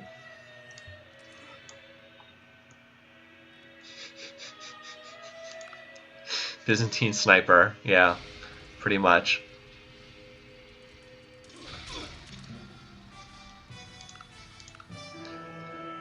No. Alright, so it would really help Pakal if he was able to claim this city. He certainly has the edge on taking it, because Kublai, let's see, Caesar has gotten 1, 2, 3, 4 cities out of this war. He's gotten 1, or yeah, Old Sarai, he's gotten 1. So it would certainly help him a lot if he was able to take that. Where's Stalin going? I think Stalin is, yeah, Stalin's still in the process of healing and regrouping with his stack. That's how good cataphracts are. But this might set up to be one of those situations where Pakal takes out the defenses and then Caesar strolls up and takes the actual city. Because look, there's only one unit that can actually attack here, the War Elephant. The others can't attack the city. So yeah, and Caesar's got a big stack 2 tiles away, so I think Caesar might be set up to get that city too. Niani's still holding firm for the time being. Defenses are just about down though. I don't think Justinian has that many units. Anyway, there doesn't seem to be too much action up there right now.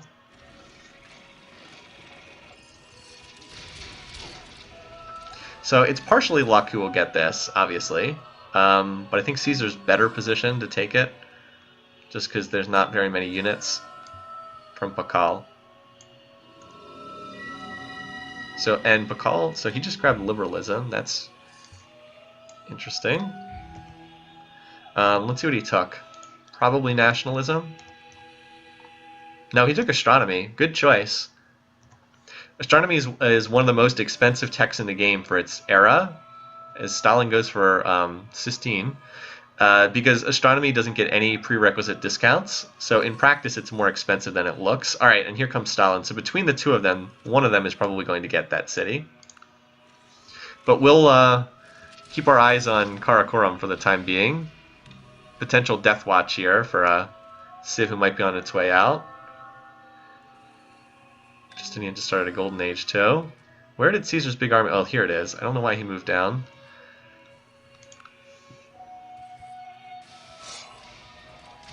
Alright, so... yeah, good luck, buddy. So there's like barely anyone left defending, and Caesar is perfectly set up to walk in and take the last city, even though Pakal's done most of the work. Yeah, over here... Nance's still holding strong. I mean, I think he's going to be worn down eventually, but like he's done a surprising job. You know, you would think he would just walk up and take Wallata back because it's defended by one cataphract. Oh, you think Pakal already had astronomy?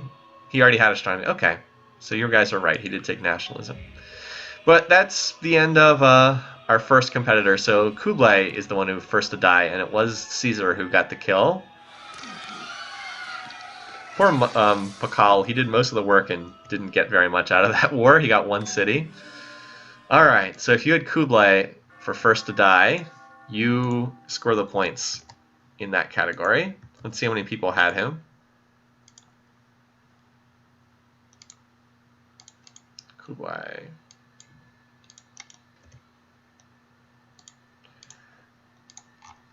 Not a lot.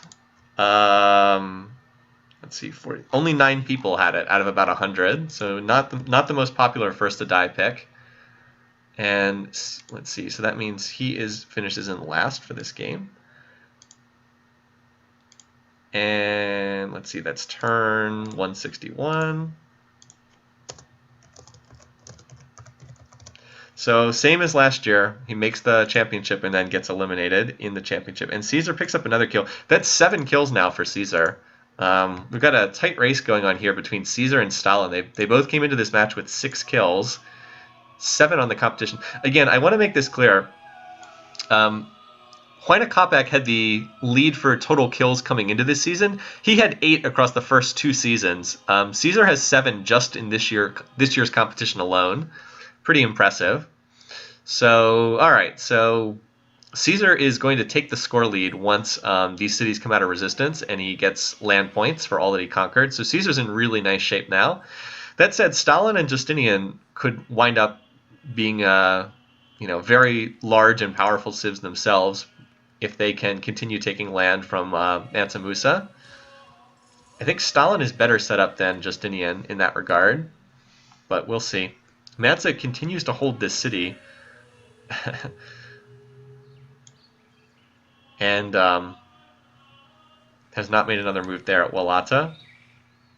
It's really impressive at how well he's defended. Like, I still think he's going to be eliminated, but just super impressive at all the work he's done to stay alive against so many opponents.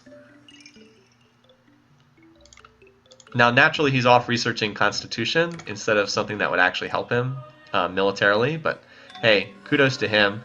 He's gotten some very, well, I was going to say some very well-promoted units, but I guess these units aren't that well-promoted. This has just been like a total failure on Justinian's part.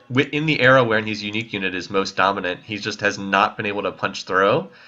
I mean, Mansa's been weakened, but not enough. And Caesar's, of course, tops in power again.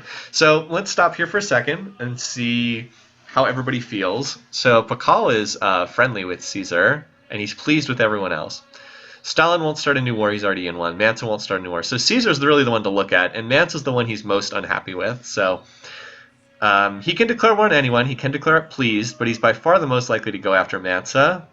Maybe a little bit with Stalin, because he's cautious there. Okay, so for the time being, we will watch this war between Russia, Byzantium, and Mali, and wait to see if anyone jumps in. Stalin looks like he's headed for rifles, so he's already on replaceable parts. This would be a smart time for Caesar to stop and build some infrastructure, but he's cranking out units in every city, so it looks like he might be getting ready to go to war again. That's Caesar for you. He likes to build units. Niani has just been the subject of so much fighting. so much fighting in this game. All those knights just like keep sallying out, killing attackers, and then retreating again. Oh, and apparently this got... Okay, so this was taken by Mansa, and then it was retaken by Stalin. So that city did ultimately end up in Russian hands. And we'll refresh the map so that we get a notification of that. And Mansa has dropped to last in score, sadly for him. So Stalin is going for rifling, wants to get those Cossacks in play. And he will have Cossacks in play as soon as he gets that, because he already has gunpowder. Otherwise he wouldn't have the cuirassiers riding around. Alright, so Mansa makes peace with Justinian. That's really good news for Stalin. He's now set up to just conquer all of Mali and become a monster in this game. Yeah, Stalin to win, potentially. He has timed his war with Mansa really well.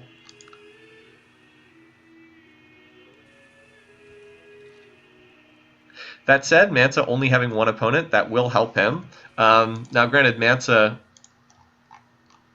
he certainly has enough research to be heading for rifling, but fatal weakness of these economic leaders, they delay the military text for way too long. Note that he already has Constitution, now he's on Corporation, ignoring rifling. He doesn't even have gunpowder, doesn't have military tradition, so he's all medieval, while Stalin's going to be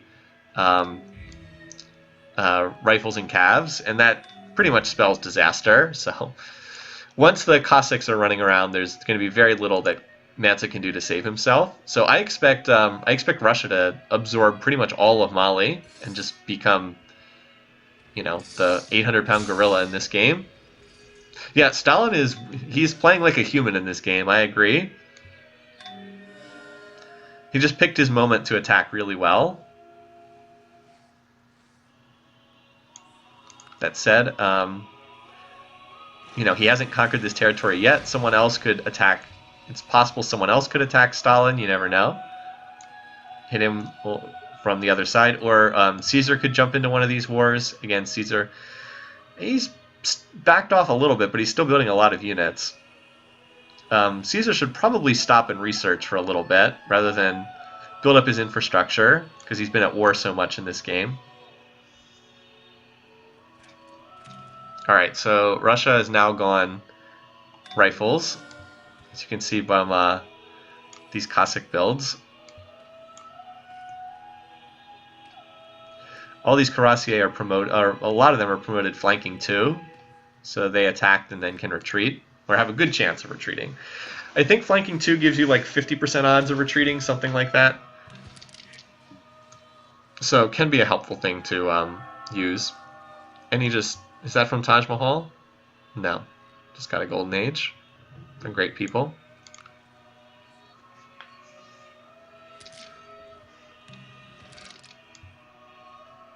Yeah, here comes the Cossacks. So Caesar doing a big civic swap. Still sticking to Buddhism, even though no one else has it.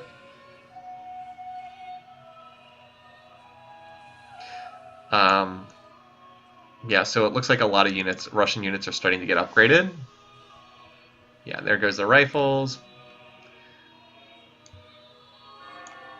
Oh, but I think they just signed peace. Because why else would all the Russian units have backed off? Alright, look at that. Mansa Musa has held against all these attacks. That's incredible. He's just done I mean, he was attacked by Caesar. He's been attacked by everyone else who's still alive in this game. He's been attacked by 4 different civs, and he's still alive. Incredible. Let's see. Maybe he's headed for rifling. His teching rate has been hurt a lot from losing cities. Nope, just printing press for the time being. Just printing press. It's pretty amazing. Kublai Khan died on turn 161, is what I have written down. 161, to answer your question. Really impressive defense from Mansa. So he's still in this game. Now, granted, he just went to democracy, so not the smartest, but yep, still in it. Of course, everyone's still disliking. So since we're at peace, let's look at the Diplo screen. So he hates everyone. Nobody else really seems to like him very much. I guess Bakal still does, solely from civics, which is kind of amusing. Everyone else is annoyed with him, so he's probably still a dead man walking, but to survive this long, really good stuff. All right, Caesar, yeah, Caesar dislikes him the most. Justinian dislikes him the most. Bakal likes everybody, and Stalin dislikes him the most.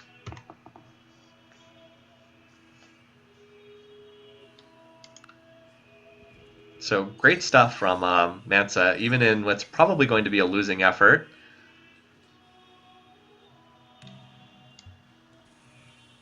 This poor city. But yeah, right. That was a really poor peace treaty from Stalin. Right when he gets Cossacks and has the ability to potentially upgrade and get a big rifle-bound force and just crush through India. I keep thinking he's Gandhi for some reason. Just when we have the potential for that, instead he signs peace, and the opportunity is lost. So note that even though Stalin has rifling and no one else does, Caesar still has more power than him. So yeah. So another observer civ to block the AP Diplo win. That's not a bad idea, actually. We'll keep that in mind.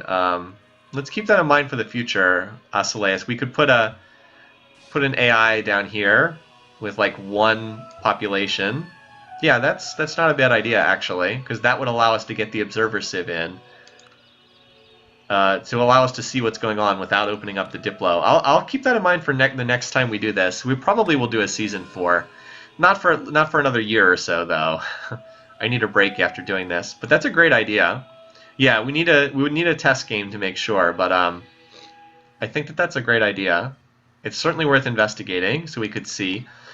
I don't know if that was the Apostolic Palace. It might have been, it might not have been. Oh, and now we have defensive pacts in play, too.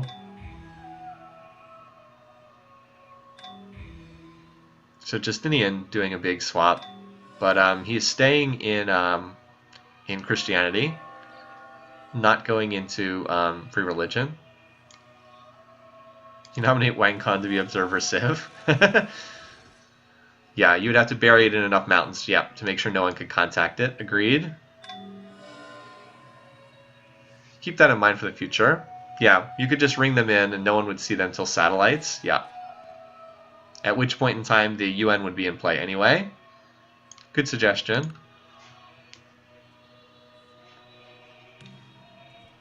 So it's gotten quite peaceful since those wars ended. Justinian's building universities. You want to bring him in? Sydney's back. You want a treat, buddy? Sit. Let me see if I can. I think you guys should be able to see him. Can you give me your paw? Oh, good boy. That's a good boy.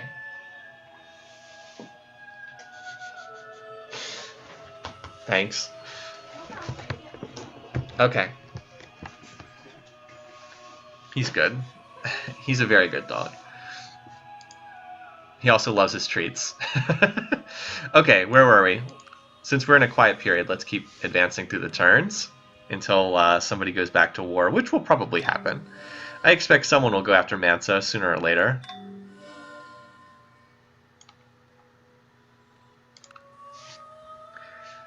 So, you know what we should do since this is a quiet period? Let's stop and look at everybody's research rates and where they are on the tech tree, because that'll give us a good sense for the economic side. All right, so Caesar's at 550 beakers per turn. Justinian's at 700. Woo! And apparently he's going 100% research, too. Mansa's at 435. Impressive considering his limited territory. 606 for Pakal, 378 for Stalin. All right, so Stalin is the one who's struggling the most in terms of research. In terms of unit count, Caesar's at 166. I think that's the most. Justinian 74. Mansa 51. Not that many. Bakal 66. And Stalin 99. Yeah, Caesar's the biggest army by far. So let's see where they are in the tech tree. All right. So let's see. Caesar is like early Renaissance as far as what he has. Interesting that he's going for early democracy. Justinian appears to be the tech leader right now. He has chemistry going for scientific method. He doesn't have rifling, but he has a lot of the other stuff in this era. Mansa is still doing surprisingly well. Maybe he'll be able to get to rifling in time before he gets attacked again. Pakal also... Okay, Pakal's going for physics. He's got a race with Justinian for physics. Or not. Pakal's going to win that race. And Stalin is a little bit further behind. Stalin's beeline to rifling. He has rifling in democracy, but he's a little bit... I guess he's roughly comparable with the others. He just has different tech. So it's pretty even overall. Overall, I'd say that's pretty even. And Mansa goes emancipation, which will make life miserable for everybody else. And uni-suffrage. I guess he's got a lot of... He probably has enough towns to make that viable. Yeah, if you want to see, like, look how many towns he has. Any of the cottages that has a little hammer on it is a place where he already has a town. So yeah, that was probably worthwhile for him to do that. Part of the reason why Stalin's research has done well in terms of tech is he was at peace for most of the game, and he was able to get into a nice position as a result of that. I guess we should see who builds Statue of Liberty too, because that's such a critical wonder. Stalin was the first one to get to democracy, and now Caesar's there too. There's the Moai statues. Yeah, Caesar definitely has the most population and territory right now. He's 29% pop, 28% land area. Stalin is next in both categories. And Caesar didn't even have education. He was that far in the tree and he didn't have it. Look at all the security bureaus. Boy, the AI loves those security bureaus. I think it's because it makes their GNP look so good. Stalin is building up to go to war again. Look how many Cossacks and rifles he's building. He is plotting war. Let's find out just for sure. Yeah, see? We have enough on our hands right now. So he's getting ready to attack someone. It's almost certainly Mansa Musa, considering how he feels. But it could be Caesar. He's only cautious with Caesar. Any hope for Mansa to get a cultural victory? Probably not. We're too early in the game. I mean, if he lasted long enough, maybe. Pakal is ahead in the cultural victory race, though. Still really, really early. Oh, maybe Justinian was first? Justinian looks like he's plotting war as well.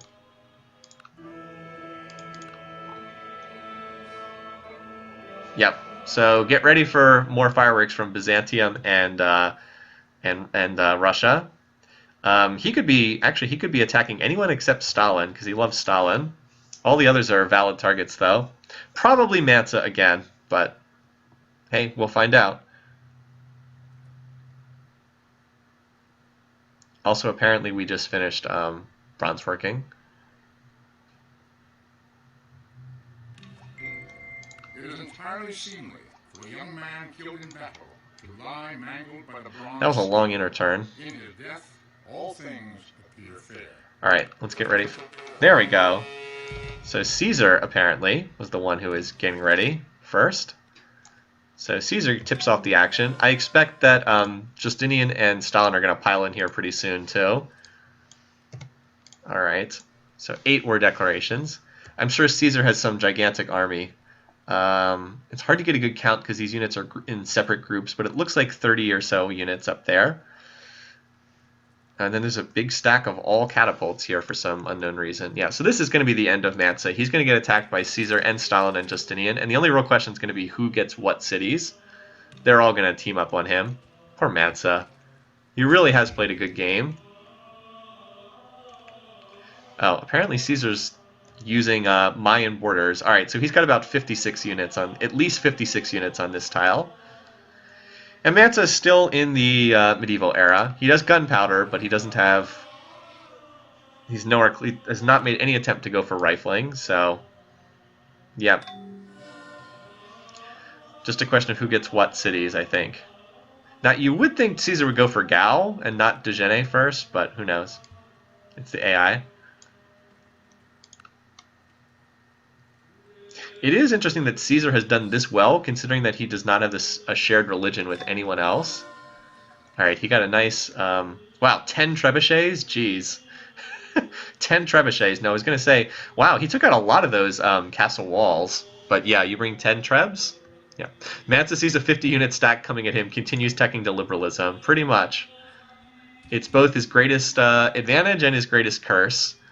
He really focuses on that economic stuff. Stalin has finished. Oh, I was like, what? Wait, why did he have the Confucian shrine? But it was in that city, the one he captured. So if Stalin and Justinian don't get off their rear ends and, you know, start moving in here, they're going to lose out on some of the spoils. But I think Stalin just declared war because he's got a unit in Mali's territory. And I can't imagine they have open borders. Yes? No? There it is. Alright, I thought as much. I was like, I thought he declared war because I don't think Mansa would sign open borders with him.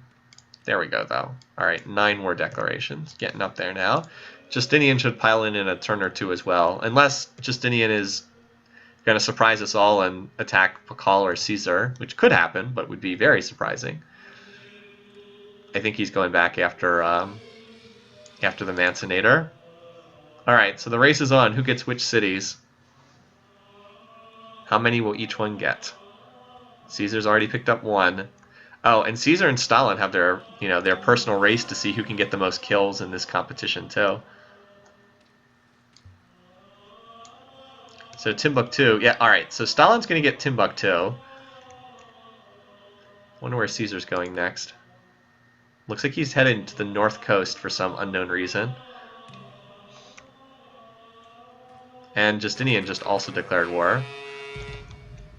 Tough times for Mansa. Just really bad diplomatic environment for him. I'm surprised he managed to outlast somebody else. Not really his fault. He needed other high peace weight AIs to make it into the final for him to have a chance. Like I said, not really his fault. Disappointed that I couldn't get the first to die points, though. It's pretty sure he would be the first one out. Oh well. But Mansa surprised us with his strength. Alright, so Timbuktu was captured. That's obviously a really good pickup for Stalin. The capital. I'm not sure if there's any key wonders in there. Let me just take a quick look. I don't think so. Nope, I don't see anything. I just see I think I see an intelligence agency, but that's about it. Too bad Mansa Musa can't have Kublai Khan eat a bullet for him, pretty much. Pretty much. Alright, so Kombi Salah now becomes a capital. So Justinian got that city, so he's at 1. Stalin's at 1. Caesar's at 1. Looks like Kombi Salah is going to be or one of these cities will probably be the last stand. Because Caesar has been attacking in such a bizarre fashion. Still cannot fathom why he's attacking from the north to the south. But he's going to get this. As his research time goes insane as a result of his revolt. Who's going to get the kill? Oh, he's gone. What the? That's it. All of those cities were taken at the same time. That's 3 cities taken on the same turn. Looks like it was Justinian who got the kill. He got 2 cities there. Wow. I was like, wait, what? All of those cities fell at the same time?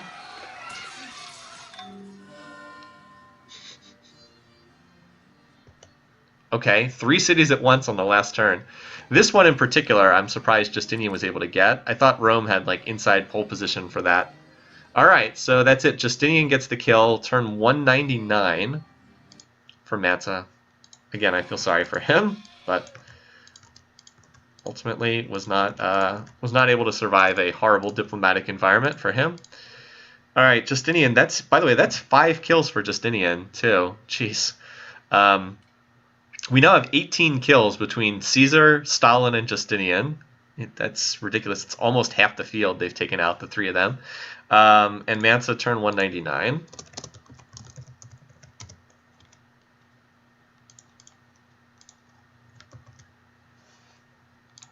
Good stuff. So Caesar, 2 cities. Just wow. For as little time as he was in that war, Justinian picked up 3 cities. Very nice for him.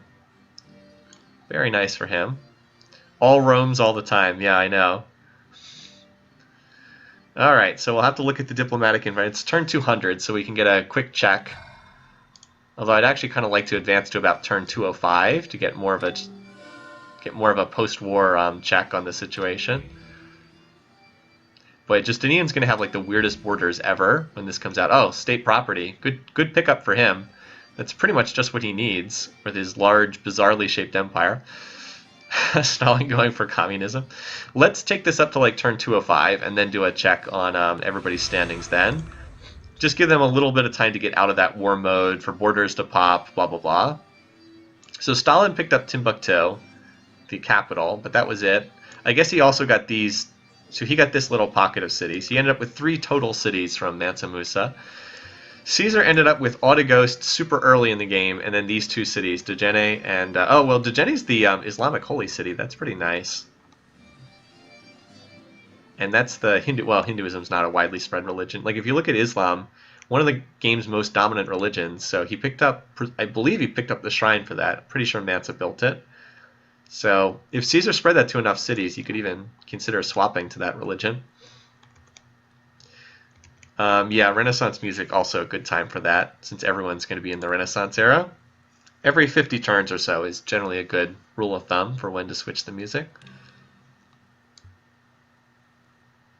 And then Justinian, so Caesar ended up with 3 cities, Stalin ended up with 3 cities, and Justinian ended up with 3 cities too.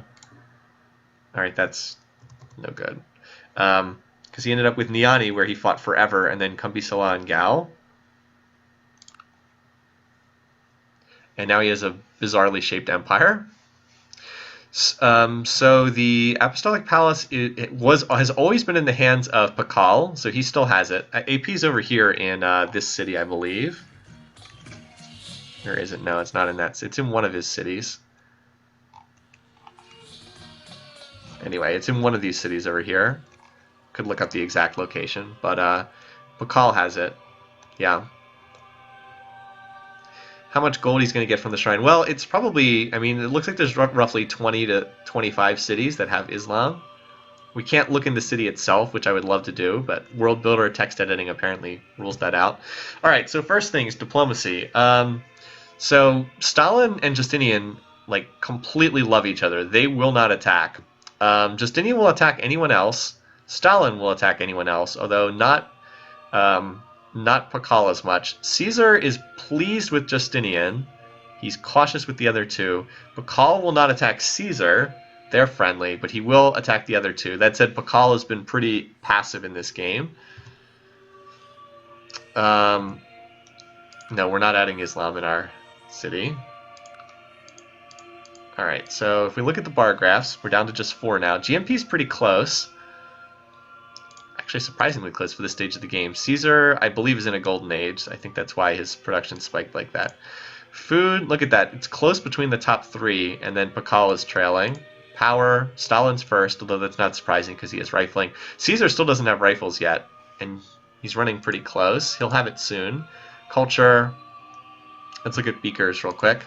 Caesar 667, Justinian 841, Pakal 666. Wow, he and Caesar are like identical in research. Stalin, okay, Stalin's tops at 980. He's the research leader right now. Justinian's not too far behind. Justinian has a little bit more room to grow, but Stalin 100% research. That's impressive that he's able to run that.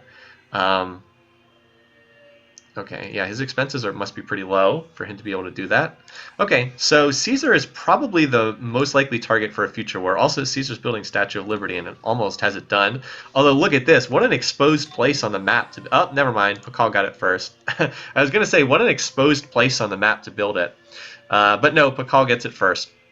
So, yep. Pakal definitely has the least territory, but, you know, his financial trait makes it so he's... going to be very competitive in a potential space race here. I don't think we'll see a domination win, at least at the moment. Seems a little unlikely. Justinian's bizarre-shaped empire. But you never know. Yeah, GMP a little bit inaccurate because there were cities in resistance, it's true. Like, they're out of resistance now if you want to see. So Caesar's still the same. Alright, Justinian 903. Stalin 9, yeah. So it's clear that Stalin has a slight lead in tech, or in research capacity at least. Also note the assembly line coming out from Justinian. He's the first one to head for that tech. Very expensive tech. I do think we'll see some more action though. These are some pretty aggressive leaders, especially Caesar and Stalin. Pakal not so much. Pakal will probably just sit here and tech. Caesar finally gets his shrine, very late, but does get it. As he does a civic swap. Free speech, but not free religion. Oh, there's the state property. Oh no, he did go free religion. I'm sorry. Really big civic swap. Okay. So that takes Caesar up to pleased with him. Interesting that Caesar is most unhappy with Pakal. That doesn't change things too much. Although Justinian now, the only one he can attack is Pakal. Look at the spy causing trouble. Stalin can attack anyone except Justinian. Okay. So there's room here definitely for some more fireworks. And Caesar also on the early assembly line. Stalin, he changed so many civics, he had a 2-turn anarchy, which is always annoying. That is one of the things that really helps people like Justinian, the spiritual leaders, just saving those anarchy turns. Big plus for them in the game. So we might have a little quiet period here. We'll find out. Again, they are advancing towards a potential space race. Or not a long peaceful period. Or we could have Caesar decide he's going to take a swing again. All right. Maybe Caesar just wants to go for domination. That's a possibility too. 11th war. All right. Pakal, I hope you're prepared because Caesar is much larger than you, more powerful than you, and is researching assembly line. This is probably not going to go well for Pakal. I'm sorry for those of you who picked Pakal. Yeah, looking pretty solid for Caesar right now. I do like his position. I also wish I had picked him instead of Justinian for first place. He's just been on a tear this whole season, Caesar. If he takes out Pakal, he'll be getting close to what he needs for domination, but let's not get too far ahead of ourselves. Oh, we should check out the total unit count of both of these. So tech's a non-issue. Both of these are like equivalent in tech right now. Caesar has 181 units. 181. Pakal has 66. So his army's triple the size of Pakal. That's not good. Oh boy. This city is not well defended at all. And Caesar's attacking across a pretty broad front. That's a lot of grenadiers. This appears to be the main stack, because this stack has almost 60 units in it. 57. You think this is going to end up like the Stalin and Justin Trudeau game where they dogpile the leader? It could be. They don't dislike Caesar as much as they well, that previous game was thrown off because Shaka decided to attack into a defensive pact. We might see something like that. You never know. But I haven't seen any defensive pact signs yet. Alright, so that stack turned around for some reason. This is the big... I'm having trouble circling it, but that's the big stack there. We have refused to help him during war 4 different times. He's been persistent. Oh, whoops. Should have been watching that. So there goes the first city, Old Sarai. That was just nothing but grenadiers. Just walked up and took a city full of rifles. The big stack is still over here for some reason.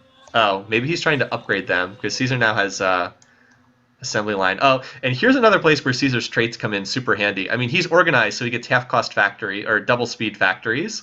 So look, now he's just pumping out the factories, and that's going to give him all kinds of production. Justinian's doing the same thing, but not being organized. He doesn't have that factory advantage. All right, on we go. And as was pointed out in the chat, if Caesar takes out Pakal, we have nothing but the 3 Romes alive in this game. Roma in Rome forever, apparently. So here's Pakal's most formidable stack. Looks like it's on this tile. How many cities does Pakal have? 1, 2, 3, 4, 5, 6. Oh, that's not a lot. Where's that main Caesar's? All right, here it is. Still 57 units. We've seen Caesar sometimes, like, his units run around in circles in, like, kind of weird ways. We saw that in the last playoff game, too. Pakal, yep, go environmentalism. That's going to help.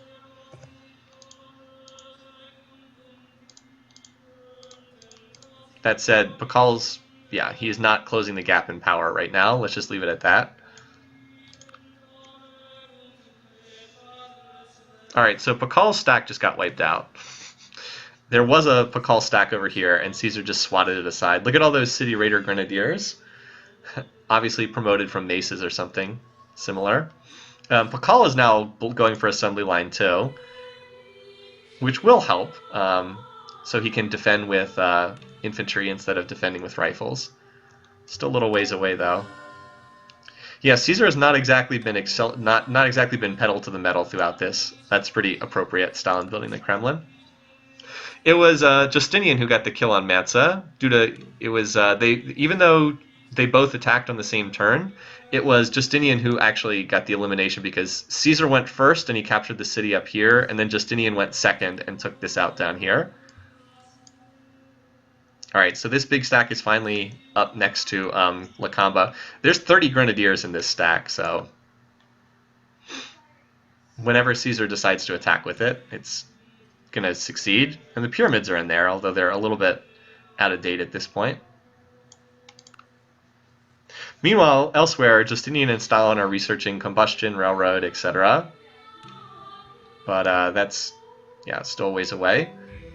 I think Caesar wanted to pull a lot of units back to upgrade them. He seems to have been doing a lot of that.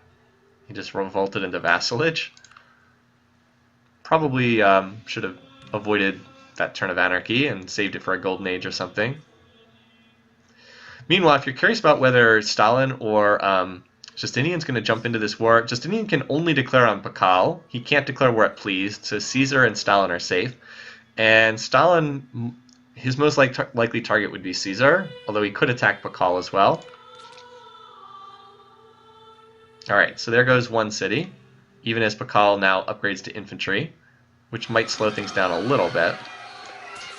See? So Caesar's making some progress. Stalin does not appear to be in attack mode, though. He's building research in a lot of cities. Justinian, he's building the Pentagon, but not as much. Caesar is building units in like every city, to no one's surprise. So is Pakal, but it's a little late. He only has 5 cities remaining, I think. And Caesar's pillaging him as he runs in, too. That said, it's going to be a little bit trickier. This big stack, just all the grenadiers are getting upgraded to infantry. So now we've got City Raider 3 infantry, which is pretty hilarious. It's pretty rare that you get, like, that they can survive long enough to get to infantry. Although I have seen mechs that are City Raider 3, which is pretty funny. Pleased at -1, yeah. Well, that's peace weight for you. Oh, I forgot. We could have seen Angry Pakal there. Where was that? They had just had really similar peace weight. Interesting that Stalin's now down to cautious with Caesar as well, or Justinian cautious at -3, pleased at 0. Caesar and Justinian have exactly the same peace weight, so they are predisposed to like each other to a really high amount. It's rare to see them angry at each other, although it can happen. They do still have different religions, Judaism and Christianity. Oh. And there it is. All right. So Stalin's decided to jump in. We did say that was a possibility. Interesting. All right. So Stalin's making his move. These are the 2 strongest civs by power, as I understand it. Although Justinian's on his way up. Okay. So for some of you that might be good. For some of you that might be bad. Let's see where Stalin's main stack is. I see us. This is it. 55 units. So he's targeting these ex-Malinese cities up here, and I think they'll both get captured. Like, Caesar can't stand up to 50 Cossacks. Also, Caesar seems to have all his units in... well, the Pentagon's a nice pickup for him. If nothing else, to deny it to someone else. Caesar's units are all here in Mayan territory. Refresh the map just to make sure we get any city captures and not miss them. And then there's Justinian, who's like, I will sit this one out, you guys. I'm just going to hang out here and do my thing. Stalin does not have assembly line yet, but he will soon. Almost finished it. Caesar actually held that attack at Tadmeka, which is surprising. He did not hold it to Gene, though. Not surprising given how many Cossacks were up there.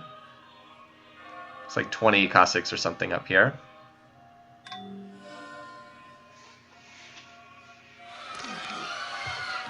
So that does put Stalin into first place in score. I can't remember if he was already, but it certainly does. All right. Oh, well that's big. And Caesar signs peace on the same turn too. All right, so now we're just going to have Rome and Rome and Russia fight it out. Pakal's been saved for the time being. Unfortunately for Caesar, he has a humongous army stuck in this city, which they can't move out of Lakamba. Yeah, he's got like 50 units just stuck in that one city who can't move. All right, so let's see. Stalin versus Caesar. First Rome versus Third Rome. This Stalin city, his former Barb city, is pretty exposed.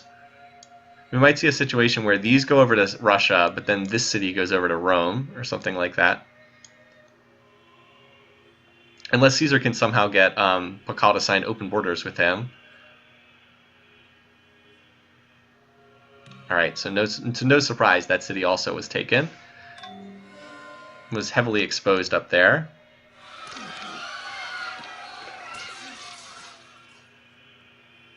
Oh, hello. Now Stalin's apparently going after this city. I don't think that's going to work too well.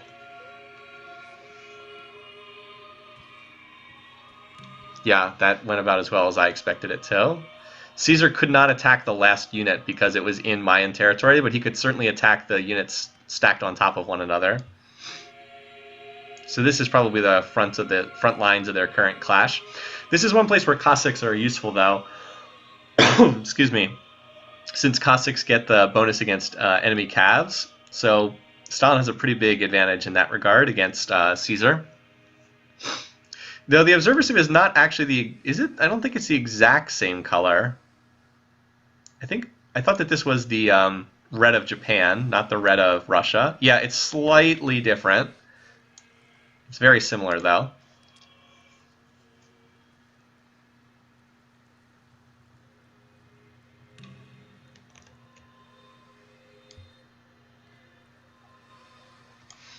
Poor Rome, stuck with their army in enemy territory. We want to see their power bar graphs, just out of curiosity. Who's been getting the better of this? It looks like Caesar's been getting the better. Also looks like Justinian's building up to attack. Maybe. Or that could just be upgrades. Maybe. Justinian's on industrialism, but he needs plastics to build tanks. All right, in terms of research, 900 beakers for Caesar, 1,400 for Justinian, 800 for Pakal, 1,000 for Stalin. Yeah, this is like quietly, this is quietly letting Justinian start to get a bit of a tech lead because he's staying out of this round of wars.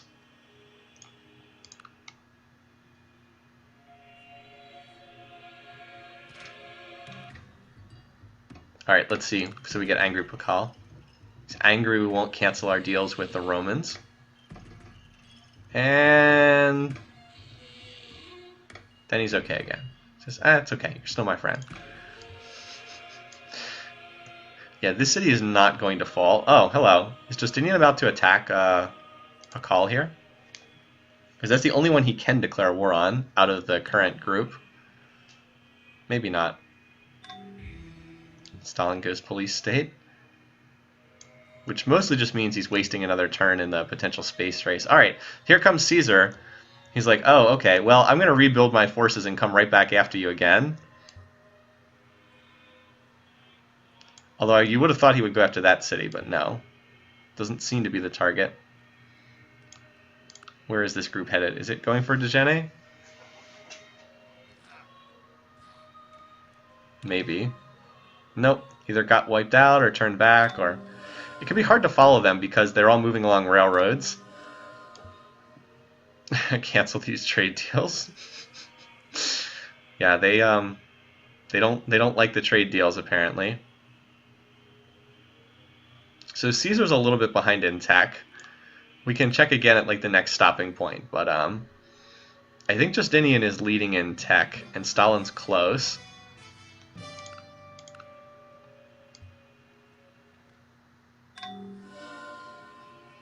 Kind of a mess, to be honest, this war between Rome and Russia. Neither one of them seems to be having much success at punching through and attacking the other. Yeah, mostly a mess. Like, Caesar hasn't even been able to take this city, which he certainly should have been able to do. That city certainly has not been captured, with like 50 units in it that can't move. Oh, here's all right. So here's Caesar trying to take, I guess, Dejene back again, and he did. To his credit, well, Caesar's had to detour all the way back to liberalism. If there's a weakness of Julius Caesar, his research really is not very good.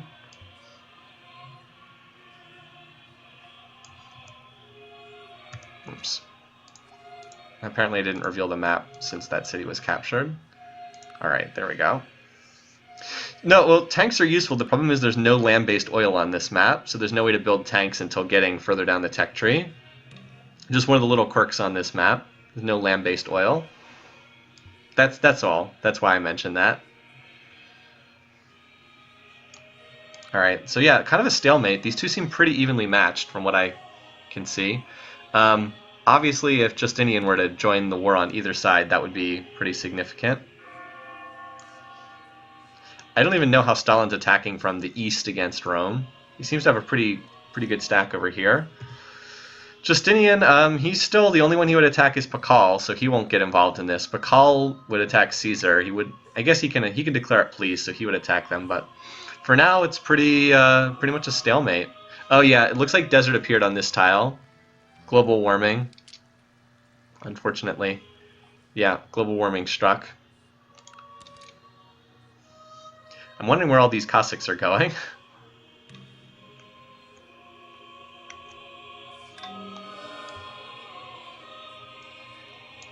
Yeah, it's hard to see where most of the fighting's taking place.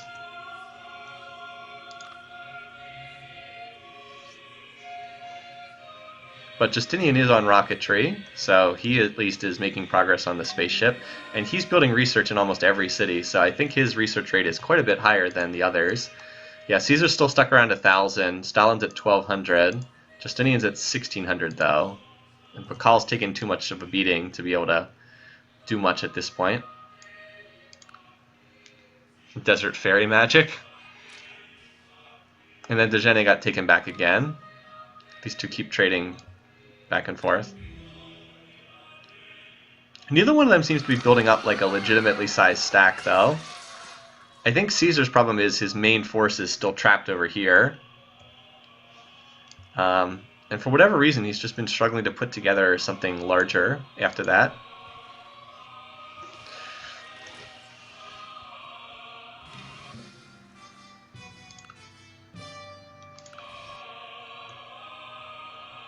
What are these? Are these Marines? Alright, so they finally made peace.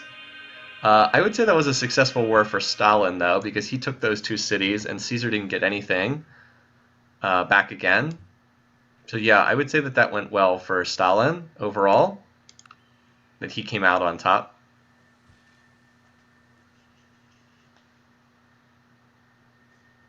I don't think that we've seen the end of this conflict either. I still think someone's going to go after Pakal. Caesar, if no one else. Yeah, Caesar is still not popular with anyone else, except Justinian seems to like him. Everyone else, though, yeah.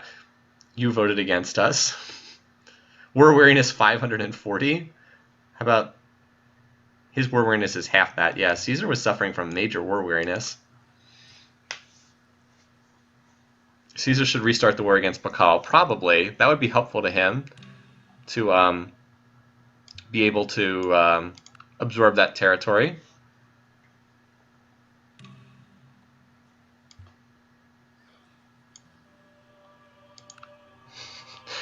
Poor Caesar. All that fighting.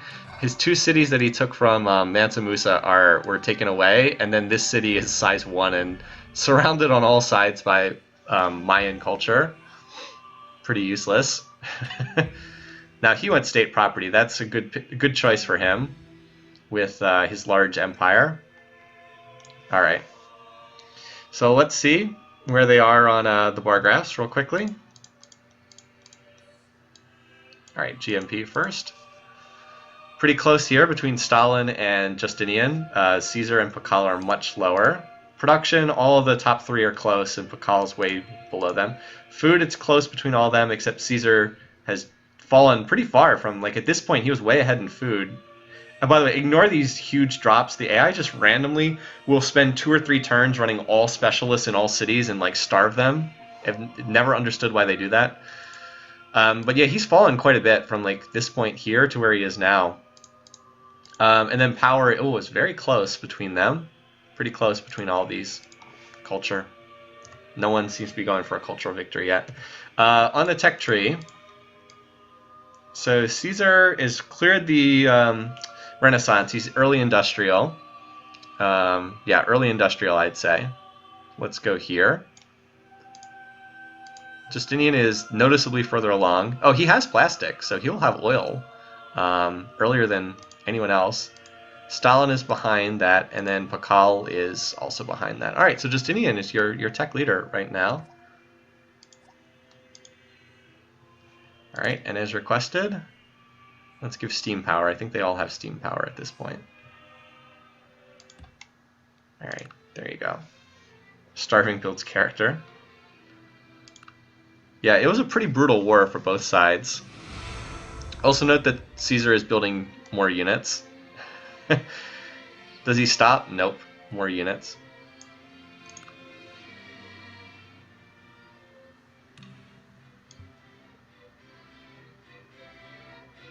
Meanwhile, Justinian's still building research. Justinian has been staying out of warfare for the most part with his bizarrely shaped empire. I think he just declared war on Pakal, though.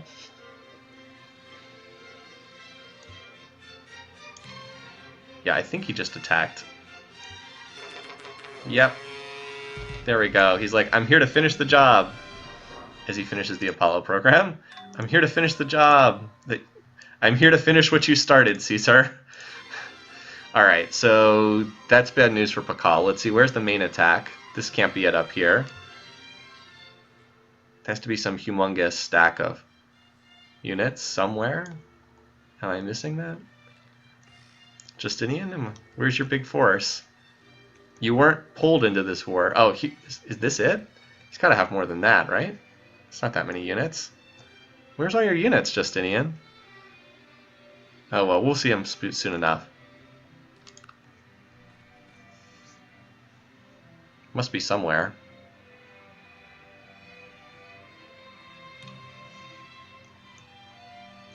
Is he building tanks right now? Because he can build them if he's got it. Yeah, he has the offshore oil platform. Yeah, alright, he is building tanks. I'm still not sure where all his units are. Oh, here we go. 46 units on this tile. Alright, there we go. Yeah, Justinian, if he could absorb the remaining Mayan territory, that would be pretty nice for him, because he's a little bit smaller in terms of land area than Stalin and Caesar.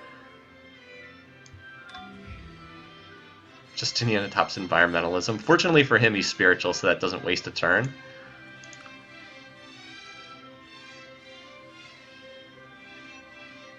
But yeah, it's a matter of time until he gets his tanks over here. Yeah, he is building tanks. Infantry don't do that well against infantry, but tanks do quite well against them.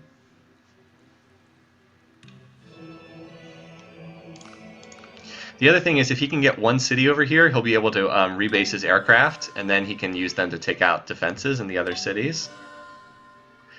That said, this isn't going quite as well as I would have thought. Caesar is actually not building units for a change.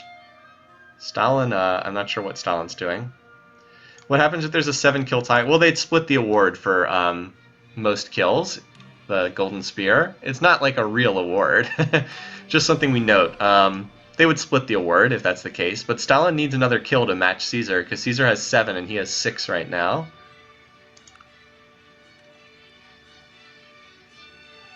Alright, so there goes Mayapan.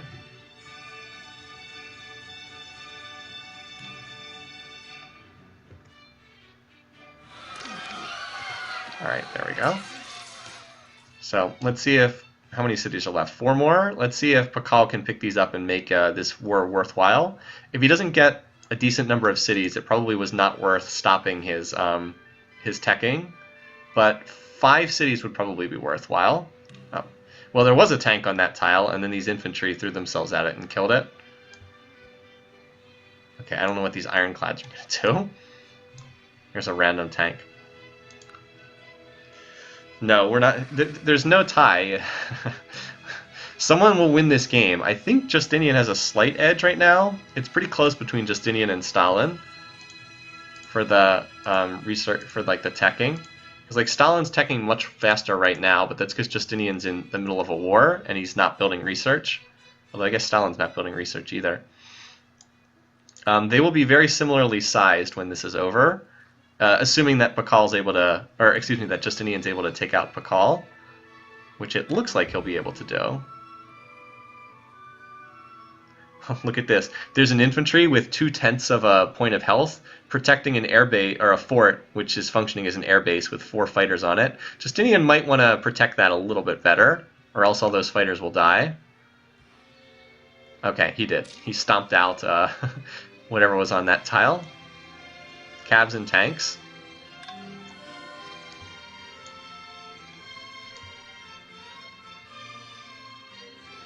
And the city of Lakamba is going to open up its borders in that area and finally get to start growing again from size 1.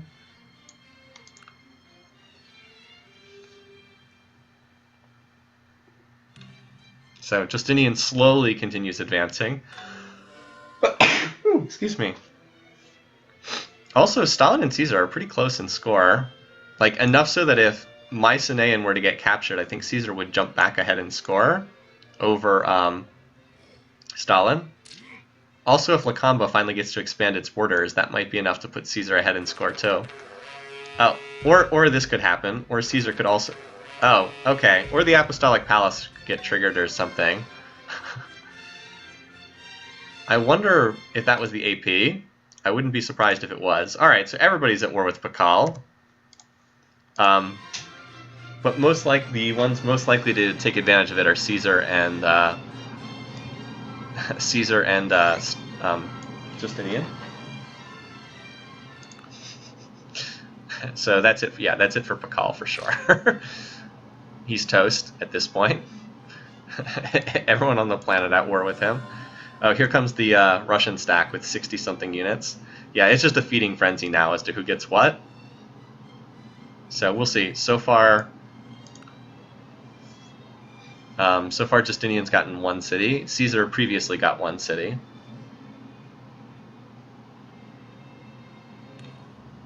Also, a whole lot of pillaging going on. Considering how close Stalin, Caesar, and Justinian are, who gets these cities is really important. Like, really important. So Justinian has pole position on this one, although it's pretty well defended. And either him or actually Caesar has pole position on this, and Caesar has artillery pieces too. So those defenses will be gone in like an instant. Or they would be if he used them.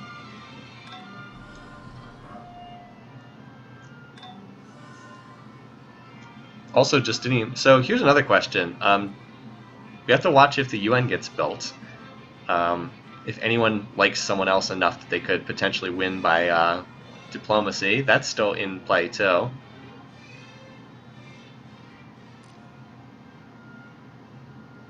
I have no idea who's going to get these cities. Stalin got Mutal. That's really nice for him. That's a huge city with a lot of wonders in it. Statue of Liberty is in that. That's huge. I did not think Stalin was even in position to get this, but he did take it. That could be the difference of him winning this game, getting Statue of Liberty, and a city worth so many points. No, cultural victory is not in play right now. Well, I guess Stalin's got more than I thought there. I still don't think he's really in competition for it. The only reason there would be because he picked up Sistine Chapel earlier in the game. So Caesar got Uxmal. So far, Justinian's not getting as much out of this war as I thought he might. Mining Inc. He did just found a corporation, for what that's worth. So we'll have to do a real close look at Space Race after this is done. After these last two cities get taken out, which they will. Not much longer. These leaders are reaching the end of the tech tree faster than I thought too. I thought that this would be a little bit slower, but I guess there's still time for someone to mess things up. Because they're looking at finishing around like turn 315-ish at this point. And I have 340, so I like a little bit later. Alright, here comes more tanks. So I think Caesar gets this city, I think. Because he's just going to throw his units at it because he doesn't have any artillery, he doesn't have any siege units to bombard it down. Yeah, so Caesar gets Chichen Itza. And then the race is on for that last city over there. Poor guy. Look at all that. War with Caesar, war with Justinian, war with Stalin. Nope, sorry bud, you're dead. Then it's just who can get over here fastest. Which looks like Justinian, I think. Kyle converts to Christianity. Too little, too late, man. Too little, too late. I really like how close this game is, though. It's heading for a very exciting finish between these leaders. So I think Justinian's going to get this. There's very little in this city, so it's pretty much just who can walk units up and attack. Julius Caesar has Chichen Itza the city and Chichen Itza the wonder. That's true. Yeah, this is going to go to Justinian next turn. Because there's, like I said, there's like nothing in that city. Alright, let's confirm it. Unless he does something stupid. Okay. Or he can move over one tile and not attack for some unknown reason. He does move before Stalin, though, so he probably should still get this. So Caesar moved. Alright, so Justinian did claim that. And he gets the official kill credit. Oh, Secretary General election. So who actually built the UN? That's pretty key. Alright, so Maya is destroyed. And Justinian completes the UN. Okay. So, first let's mark in the let's mark this in. So Justinian gets the kill. Pakal finishes in 4th.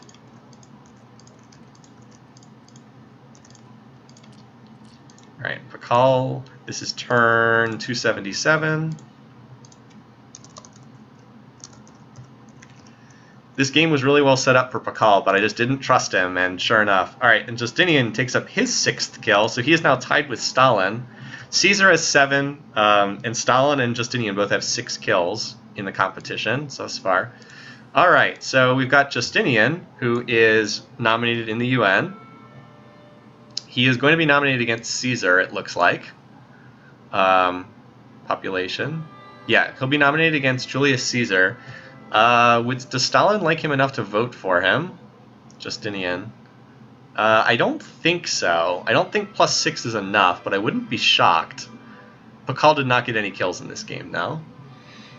Maybe if it weren't for the spy causing trouble, but they usually have to be friendly to vote for someone in the UN. Look at how close these scores are. They're separated by like 200 points between first and last place. Alright, so first things first. Caesar can still declare war on anyone. He doesn't particularly like either of these other 2 leaders. Justinian will not declare war. Stalin does not like Caesar. Look at that. You declared war, your spy was caught causing trouble. So expect Caesar and Stalin to get back into it again. That seems quite likely that they'll go to war. Yeah, +8 or friendly. So not surprisingly, Justinian wins the election, but I don't think Stalin's quite enough to vote for him. Let's see, 424, would that be enough? Let's just see real quick if that would even be enough. Resolutions. It would be, because you only need 406 to win, and he just got 424. Interesting. So Diplo victory is in play here. It is a possibility. And let's get a couple turns further to get them out of war-making mode, and then we can check to see what everybody's beaker rate is. So Justinian picked up 2 cities in that war, although that one's pretty culturally crushed. Caesar picked up 3. Caesar probably did the best out of that. Stalin only got 1, but it was a crucial city because it had Statue of Liberty in it. Really crucial. Although the other thing is Stalin's army is now trapped over here. He has 78 units over here, and he can't move them out of Mutal because he doesn't have open borders with Caesar.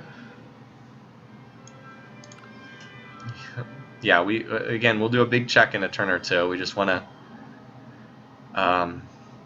let some of these cities pop their borders, that kind of thing. All right.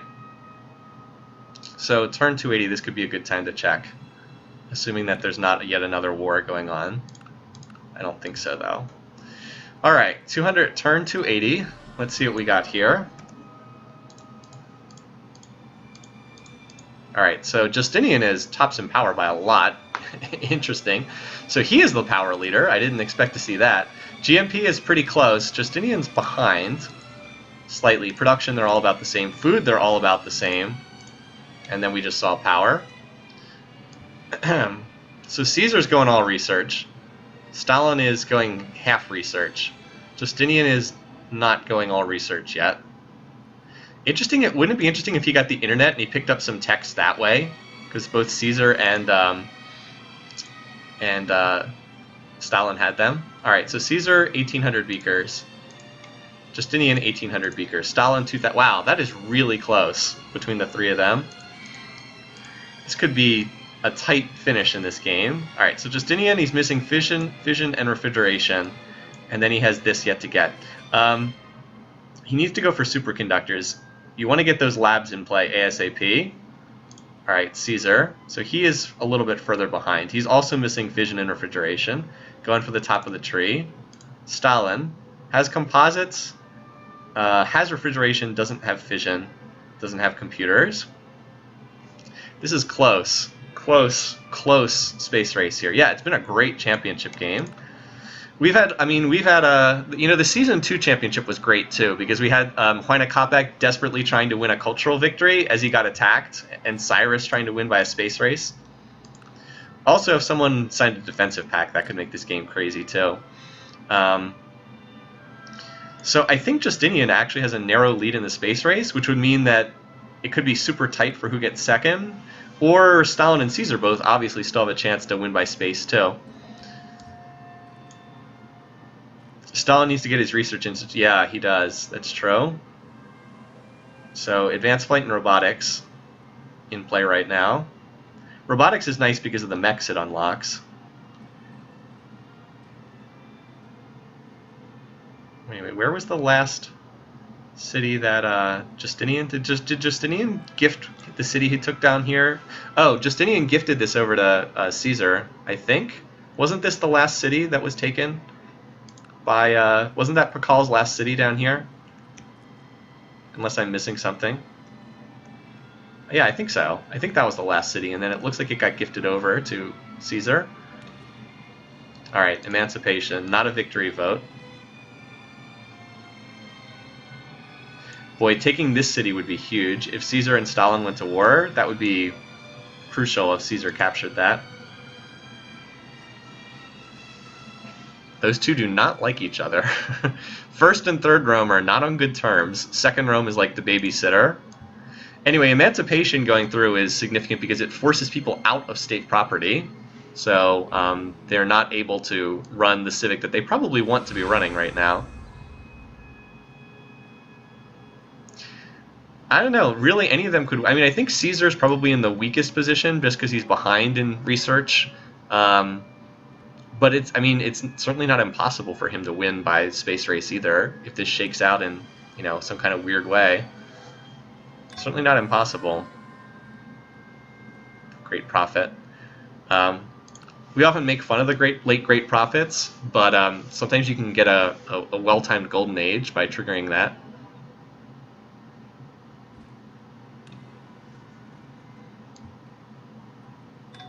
Look at this random stack of tanks running around in Stalin's territory because they have open borders.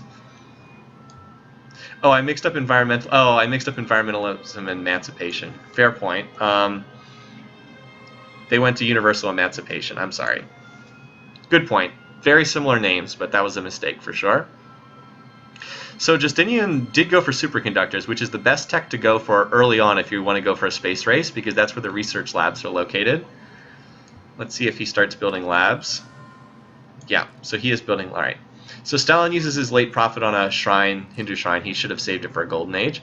But yeah, the labs are really key, not only because they increase your research, but they also help with spaceship production too. We'll see if Stalin heads for them with his unique building labs. Yeah, and Justinian on space elevator too.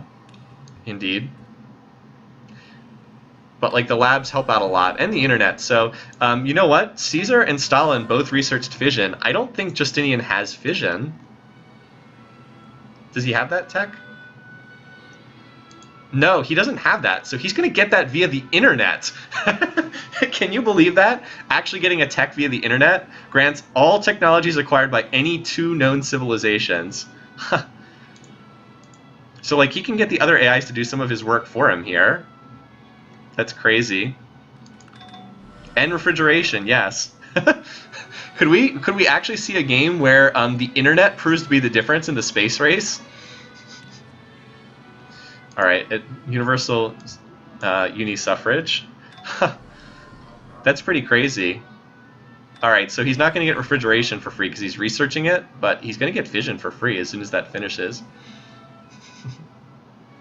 Pretty crazy.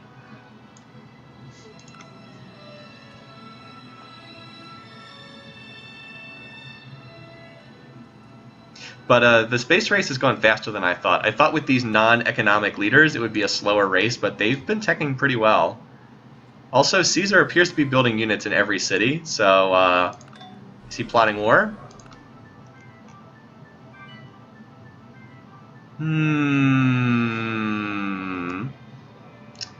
Sure looks like it. Who's he going to launch himself at next? Well, I think it's pretty obvious who he wants to go after. Oh boy, Stalin. Oh, and look at this. Stalin's building the Manhattan Project. Well, it tends to be hard to get into space when there's a madman who doesn't seem interested in winning, but just seems to want to hurt you as much as possible. Because Caesar has been stacking up military power. Yep. And there's Stalin. We have enough Romes on our hand right now. Yeah, so Caesar's getting ready to declare war, and I don't think it's going to be against Justinian. I mean, it could. He's only pleased. He will declare it pleased. But far more likely would be him attacking Russia. So I'm just waiting until the purple units pour over the border.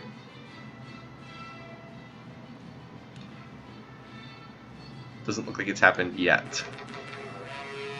Oh! Well, well, well. That was unexpected. He was going after Justinian, even though they were pleased. Oh my goodness. This was all set up for Justinian to win by space. And then that happened. Wow. Talk about unexpected. Well, that clears the way for Stalin. Jeez. Unless Caesar could somehow get to domination.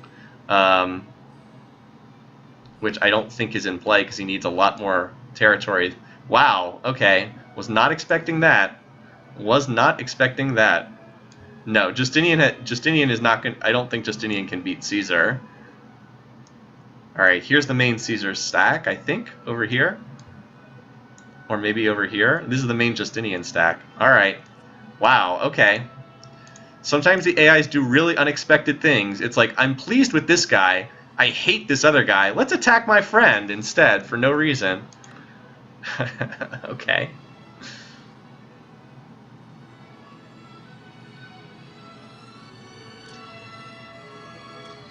That said, Justinian also has a really enormous army, and Justinian does have the tech lead with military because he has the mech infantry where Caesar does not. So who knows? Also, I think Stalin just joined the battle and not on Caesar's side. Because I'm seeing Russian units in Roman territory. Oh, Uxmal was wait. Yep. Alright, well, this is not going well for Caesar now. Will we be left with only 2 AIs again at the end of this? Alright, so Stalin has joined the fray as well. Alright.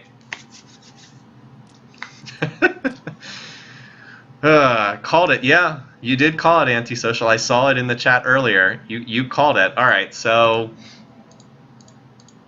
I don't think Caesar can stand up to both of them. Yeah, I mean, ugh. Heavy losses on both sides, but this is an awful lot of units for Caesar to be fighting against. Yeah, I don't see this ending well, especially because the Manhattan Project's about to finish. Stalin was building that. Did he already finish that? And then I expect nukes to start raining down. It's just too many opponents for Caesar to fight at once. Ooh. So we'll probably have to watch this based on like the announcements that pop up. Boy, 2 great generals in a single turn. That's a lot of great generals.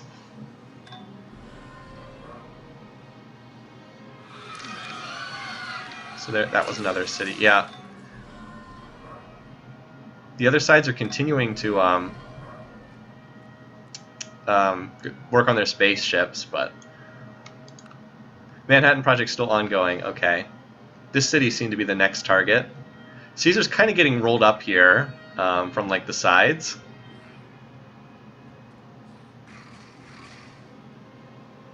There's just a gunship left in there. Oh, so Stalin took that city. Yeah, all of the ex-Mayan territory is now increasingly in Stalin's hands. How close is... Alright, so we should probably look at the spaceship. So Caesar, let's face it, Caesar's probably not winning by spaceship at this point. He still has a long way to go. Justinian, alright, so he's working on composites. He needs ecology, fiber optics, fusion, and genetics. So he needs 1, 2, 3, 4, 5. He needs 5 more techs. Let's see, Stalin.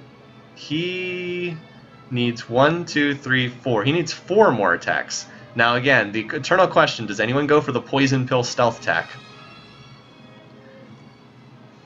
Pretty close between the 2 of them. Yeah. Alright, so yeah, that was taken by Stalin. Domination doesn't look like it's in play. Cultural victory is still a ways off, although if this game went long enough, I think Stalin would have a chance to win by cultural victory. Caesar, you had one job, attack Stalin. Yeah, well, he chose to go after Justinian instead, and it looks like that was a mistake. The Russians do have modern infantry, or modern armor, excuse me. I don't think they have mechs. No, they don't have mechs yet. Oh, and look at this. Diplo victory between Justinian and Stalin. Well, they'll split the vote. Caesar will abstain. He won't vote for either of them. So that's not going to lead to anything. Yeah, that'll just be an abstention. Stalin also... Oh, boy, that's a really well-timed Golden Age. And the Manhattan Project done, too.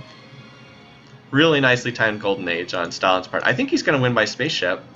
Shocking everyone. Not one of the favorites in this game, to be sure.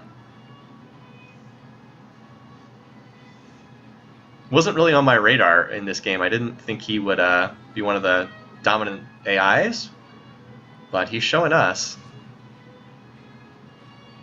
So, as expected, they vote for each other and then Caesar abstains. So, inconclusive vote, as expected.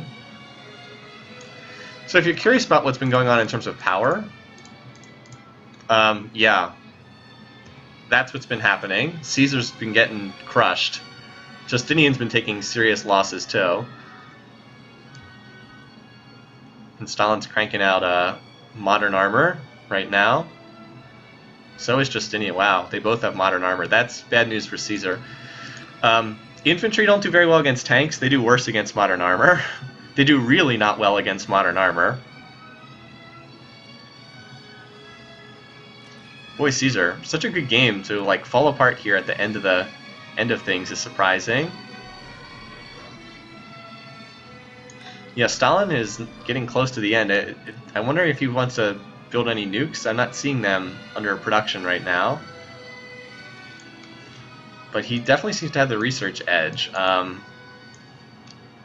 Unless he goes for stealth. There's always a chance he throws it away with a stealth. Or dumb civic changes. 1, 2... He only needs 3 more techs. Justinian needs ecology. Alright, he's like a tech ahead of Justinian right now. It's like 1 tech ahead. It's like, will he go for the stealth poison pill? It's like that 1 tech can sometimes swing who wins the game in a space race. So he just captured Arretium. Kumai looks like it's being pressured. Aldeghost is somehow still hanging in there. That city that Caesar took from Mansa early in the game. Yeah, Christo Redentor was built. That's a good point. Who has Christo? It was built. All right, Russia. Okay, never mind. Russia has it, so Russia can avoid anarchy. That could be big in avoiding lost turns due to the stupid civics changes that the AI likes to pull.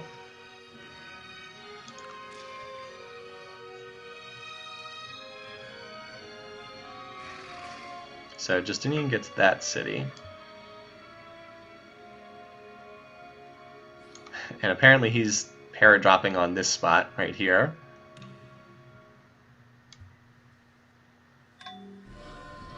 So at least Caesar managed to get the SDI up before any nukes came flying in his way.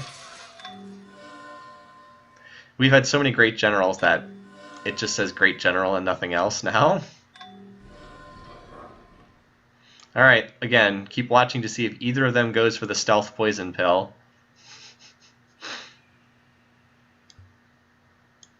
This city should get captured this turn. Alright, so Justinian takes that. Oh, Justinian! No! That probably seals the game for Stalin. Why? Why would you go for stealth? Oh, so close. The stealth? R.I.P. I don't think he can make up ground on Stalin if he's researching stealth. He needed Stalin to go for stealth and him not to go for stealth, I think. Go Papa Stalin. Yeah, so Caesar's just kind of like losing territory on all sides at this point. Right, so he just lost Old Sarai over there. Just a paratroopers that were paradropped in. Of course, the other question is, will we see a domination win before anyone gets to space? I don't think so, but it's possible. Yeah, Caesar's empire is just getting caved in on all sides. How many cities does he have left? 1, 2, 3, 4, 5, 6, 7, 8, 9. He has 10 cities left. But the walls are really closing in for him. Just out of curiosity, I wanted to see how many beakers each side was getting. Justinian's at 1,300. Stalin. All right. I mean, Stalin's getting double his beakers, right? 2,500 against 1,300. So, yeah, it's hard to win a space race when someone's got that big of an edge in tech. He just needs genetics now, and he can launch the ship. And then that's it. Still have to build the last part, of course, but yeah, I mean, I don't see anyone who can stop him at this point. Stalin and Justinian, buddies again in this game. Alright, uni-suffrage. He also goes for stealth, of course. One part to go. Let's go for stealth. But I still don't think it's enough. Look at this, all the troops paratrooping in here. Rome's like, don't worry, we've got 5 CreateCon executives. That's going to save us, right? The CreateCon executives.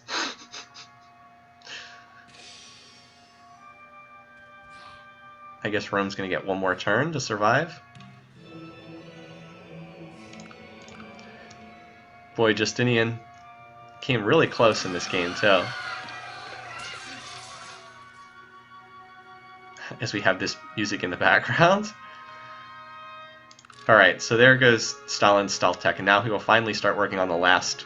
Oh, there goes the first nuke. We just had the first nuke dropped. Who launched it? Stalin. Why am I not surprised that it was Stalin who launched the nuke? I'm like, why am I not surprised that Stalin is the one initiating the nukes? Yeah. Yeah, see, Stalin finished... He researched another tech, researched stealth, and then went on to like another tech before Justinian was even done with stealth.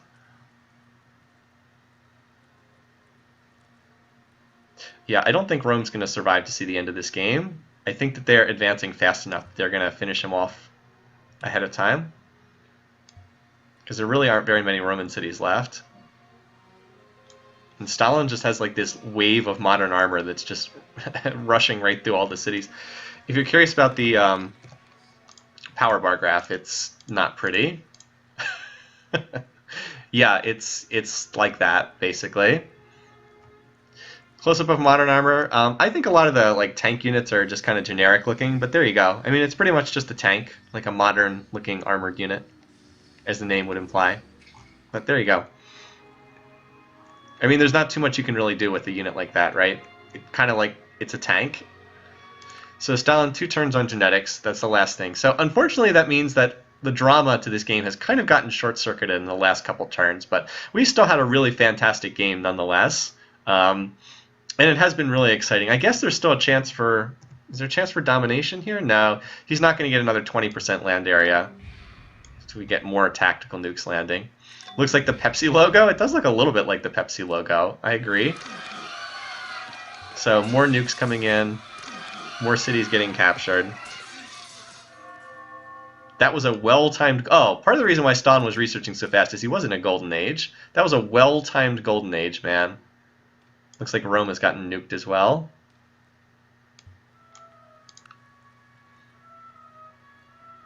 And then it's like, and then the United Nations signed peace, and they all went home. Tra-la-la-la-la. No. This is going to end with Caesar getting eliminated. He just lost his capital city. Not that that means a lot at this stage of the game. This is not Civ 5 or Civ 6 where the capitals have some mystic importance that causes the game to be won or lost when they get captured. Alright, only 2 cities left. So can Stalin get the kill here and tie... Actually, you know what? Either one of these leaders getting the kill is going to tie Julius Caesar because they both have 6. They both have 6 kills right now. So whoever gets this is going to tie him with 7, either Justinian or Stalin. Although it'd certainly be more appropriate if it was Stalin, considering that it looks like he's going to win, barring something weird happening. That city just got nuked again.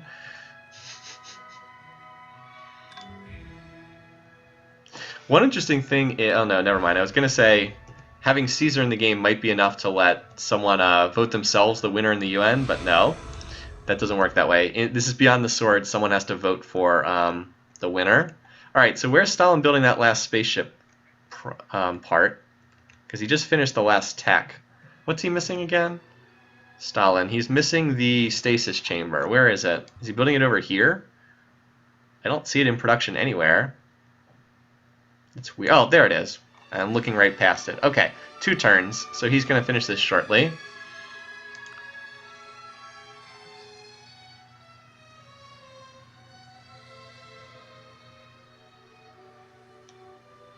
I guess we should go over here. Jeez, more, it just keeps nuking the remaining Roman cities. Okay. How many nukes was that? Not too many.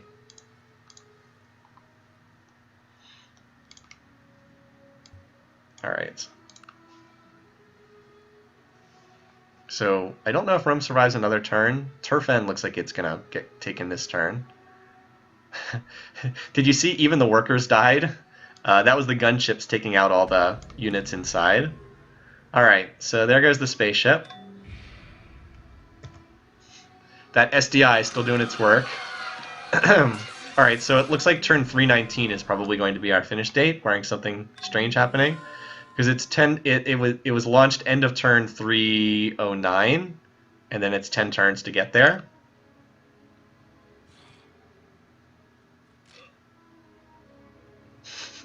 Let's just toss in another nuke for good measure.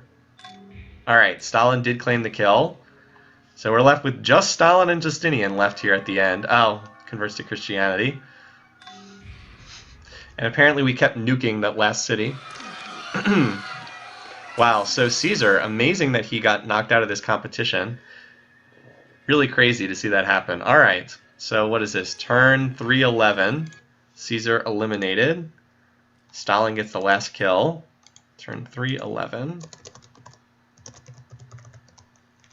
So ties Caesar with 7, and presumably wins the tiebreaker by virtue of actually killing the person he's tied with. Boy, this has been a really bloody year of AI Survivor. We had 3 people survive the wildcard game out of 11 civs. We had 1 person survive the playoff round, and we have 2 people left in the championship game. We've had so many eliminations. We started with 52 leaders, and we're down to 40. Wait, what?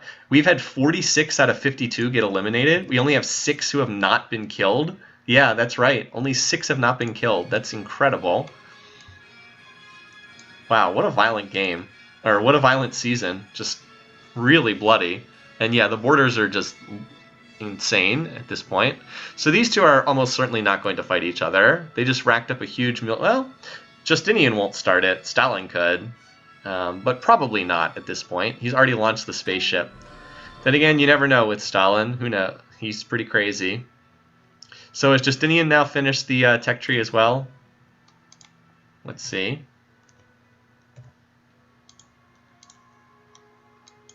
Or does he still need another point? No, he still needs fusion. Okay, so it wasn't that close. Justinian still needs to finish fusion. Yeah, everyone who made the championship had at least 2 kills. As we said, it was a really strong field. Like, you can see how close this was, right? Like, Caesar could have won this if the diplomacy had shaken out just a little bit differently. All right.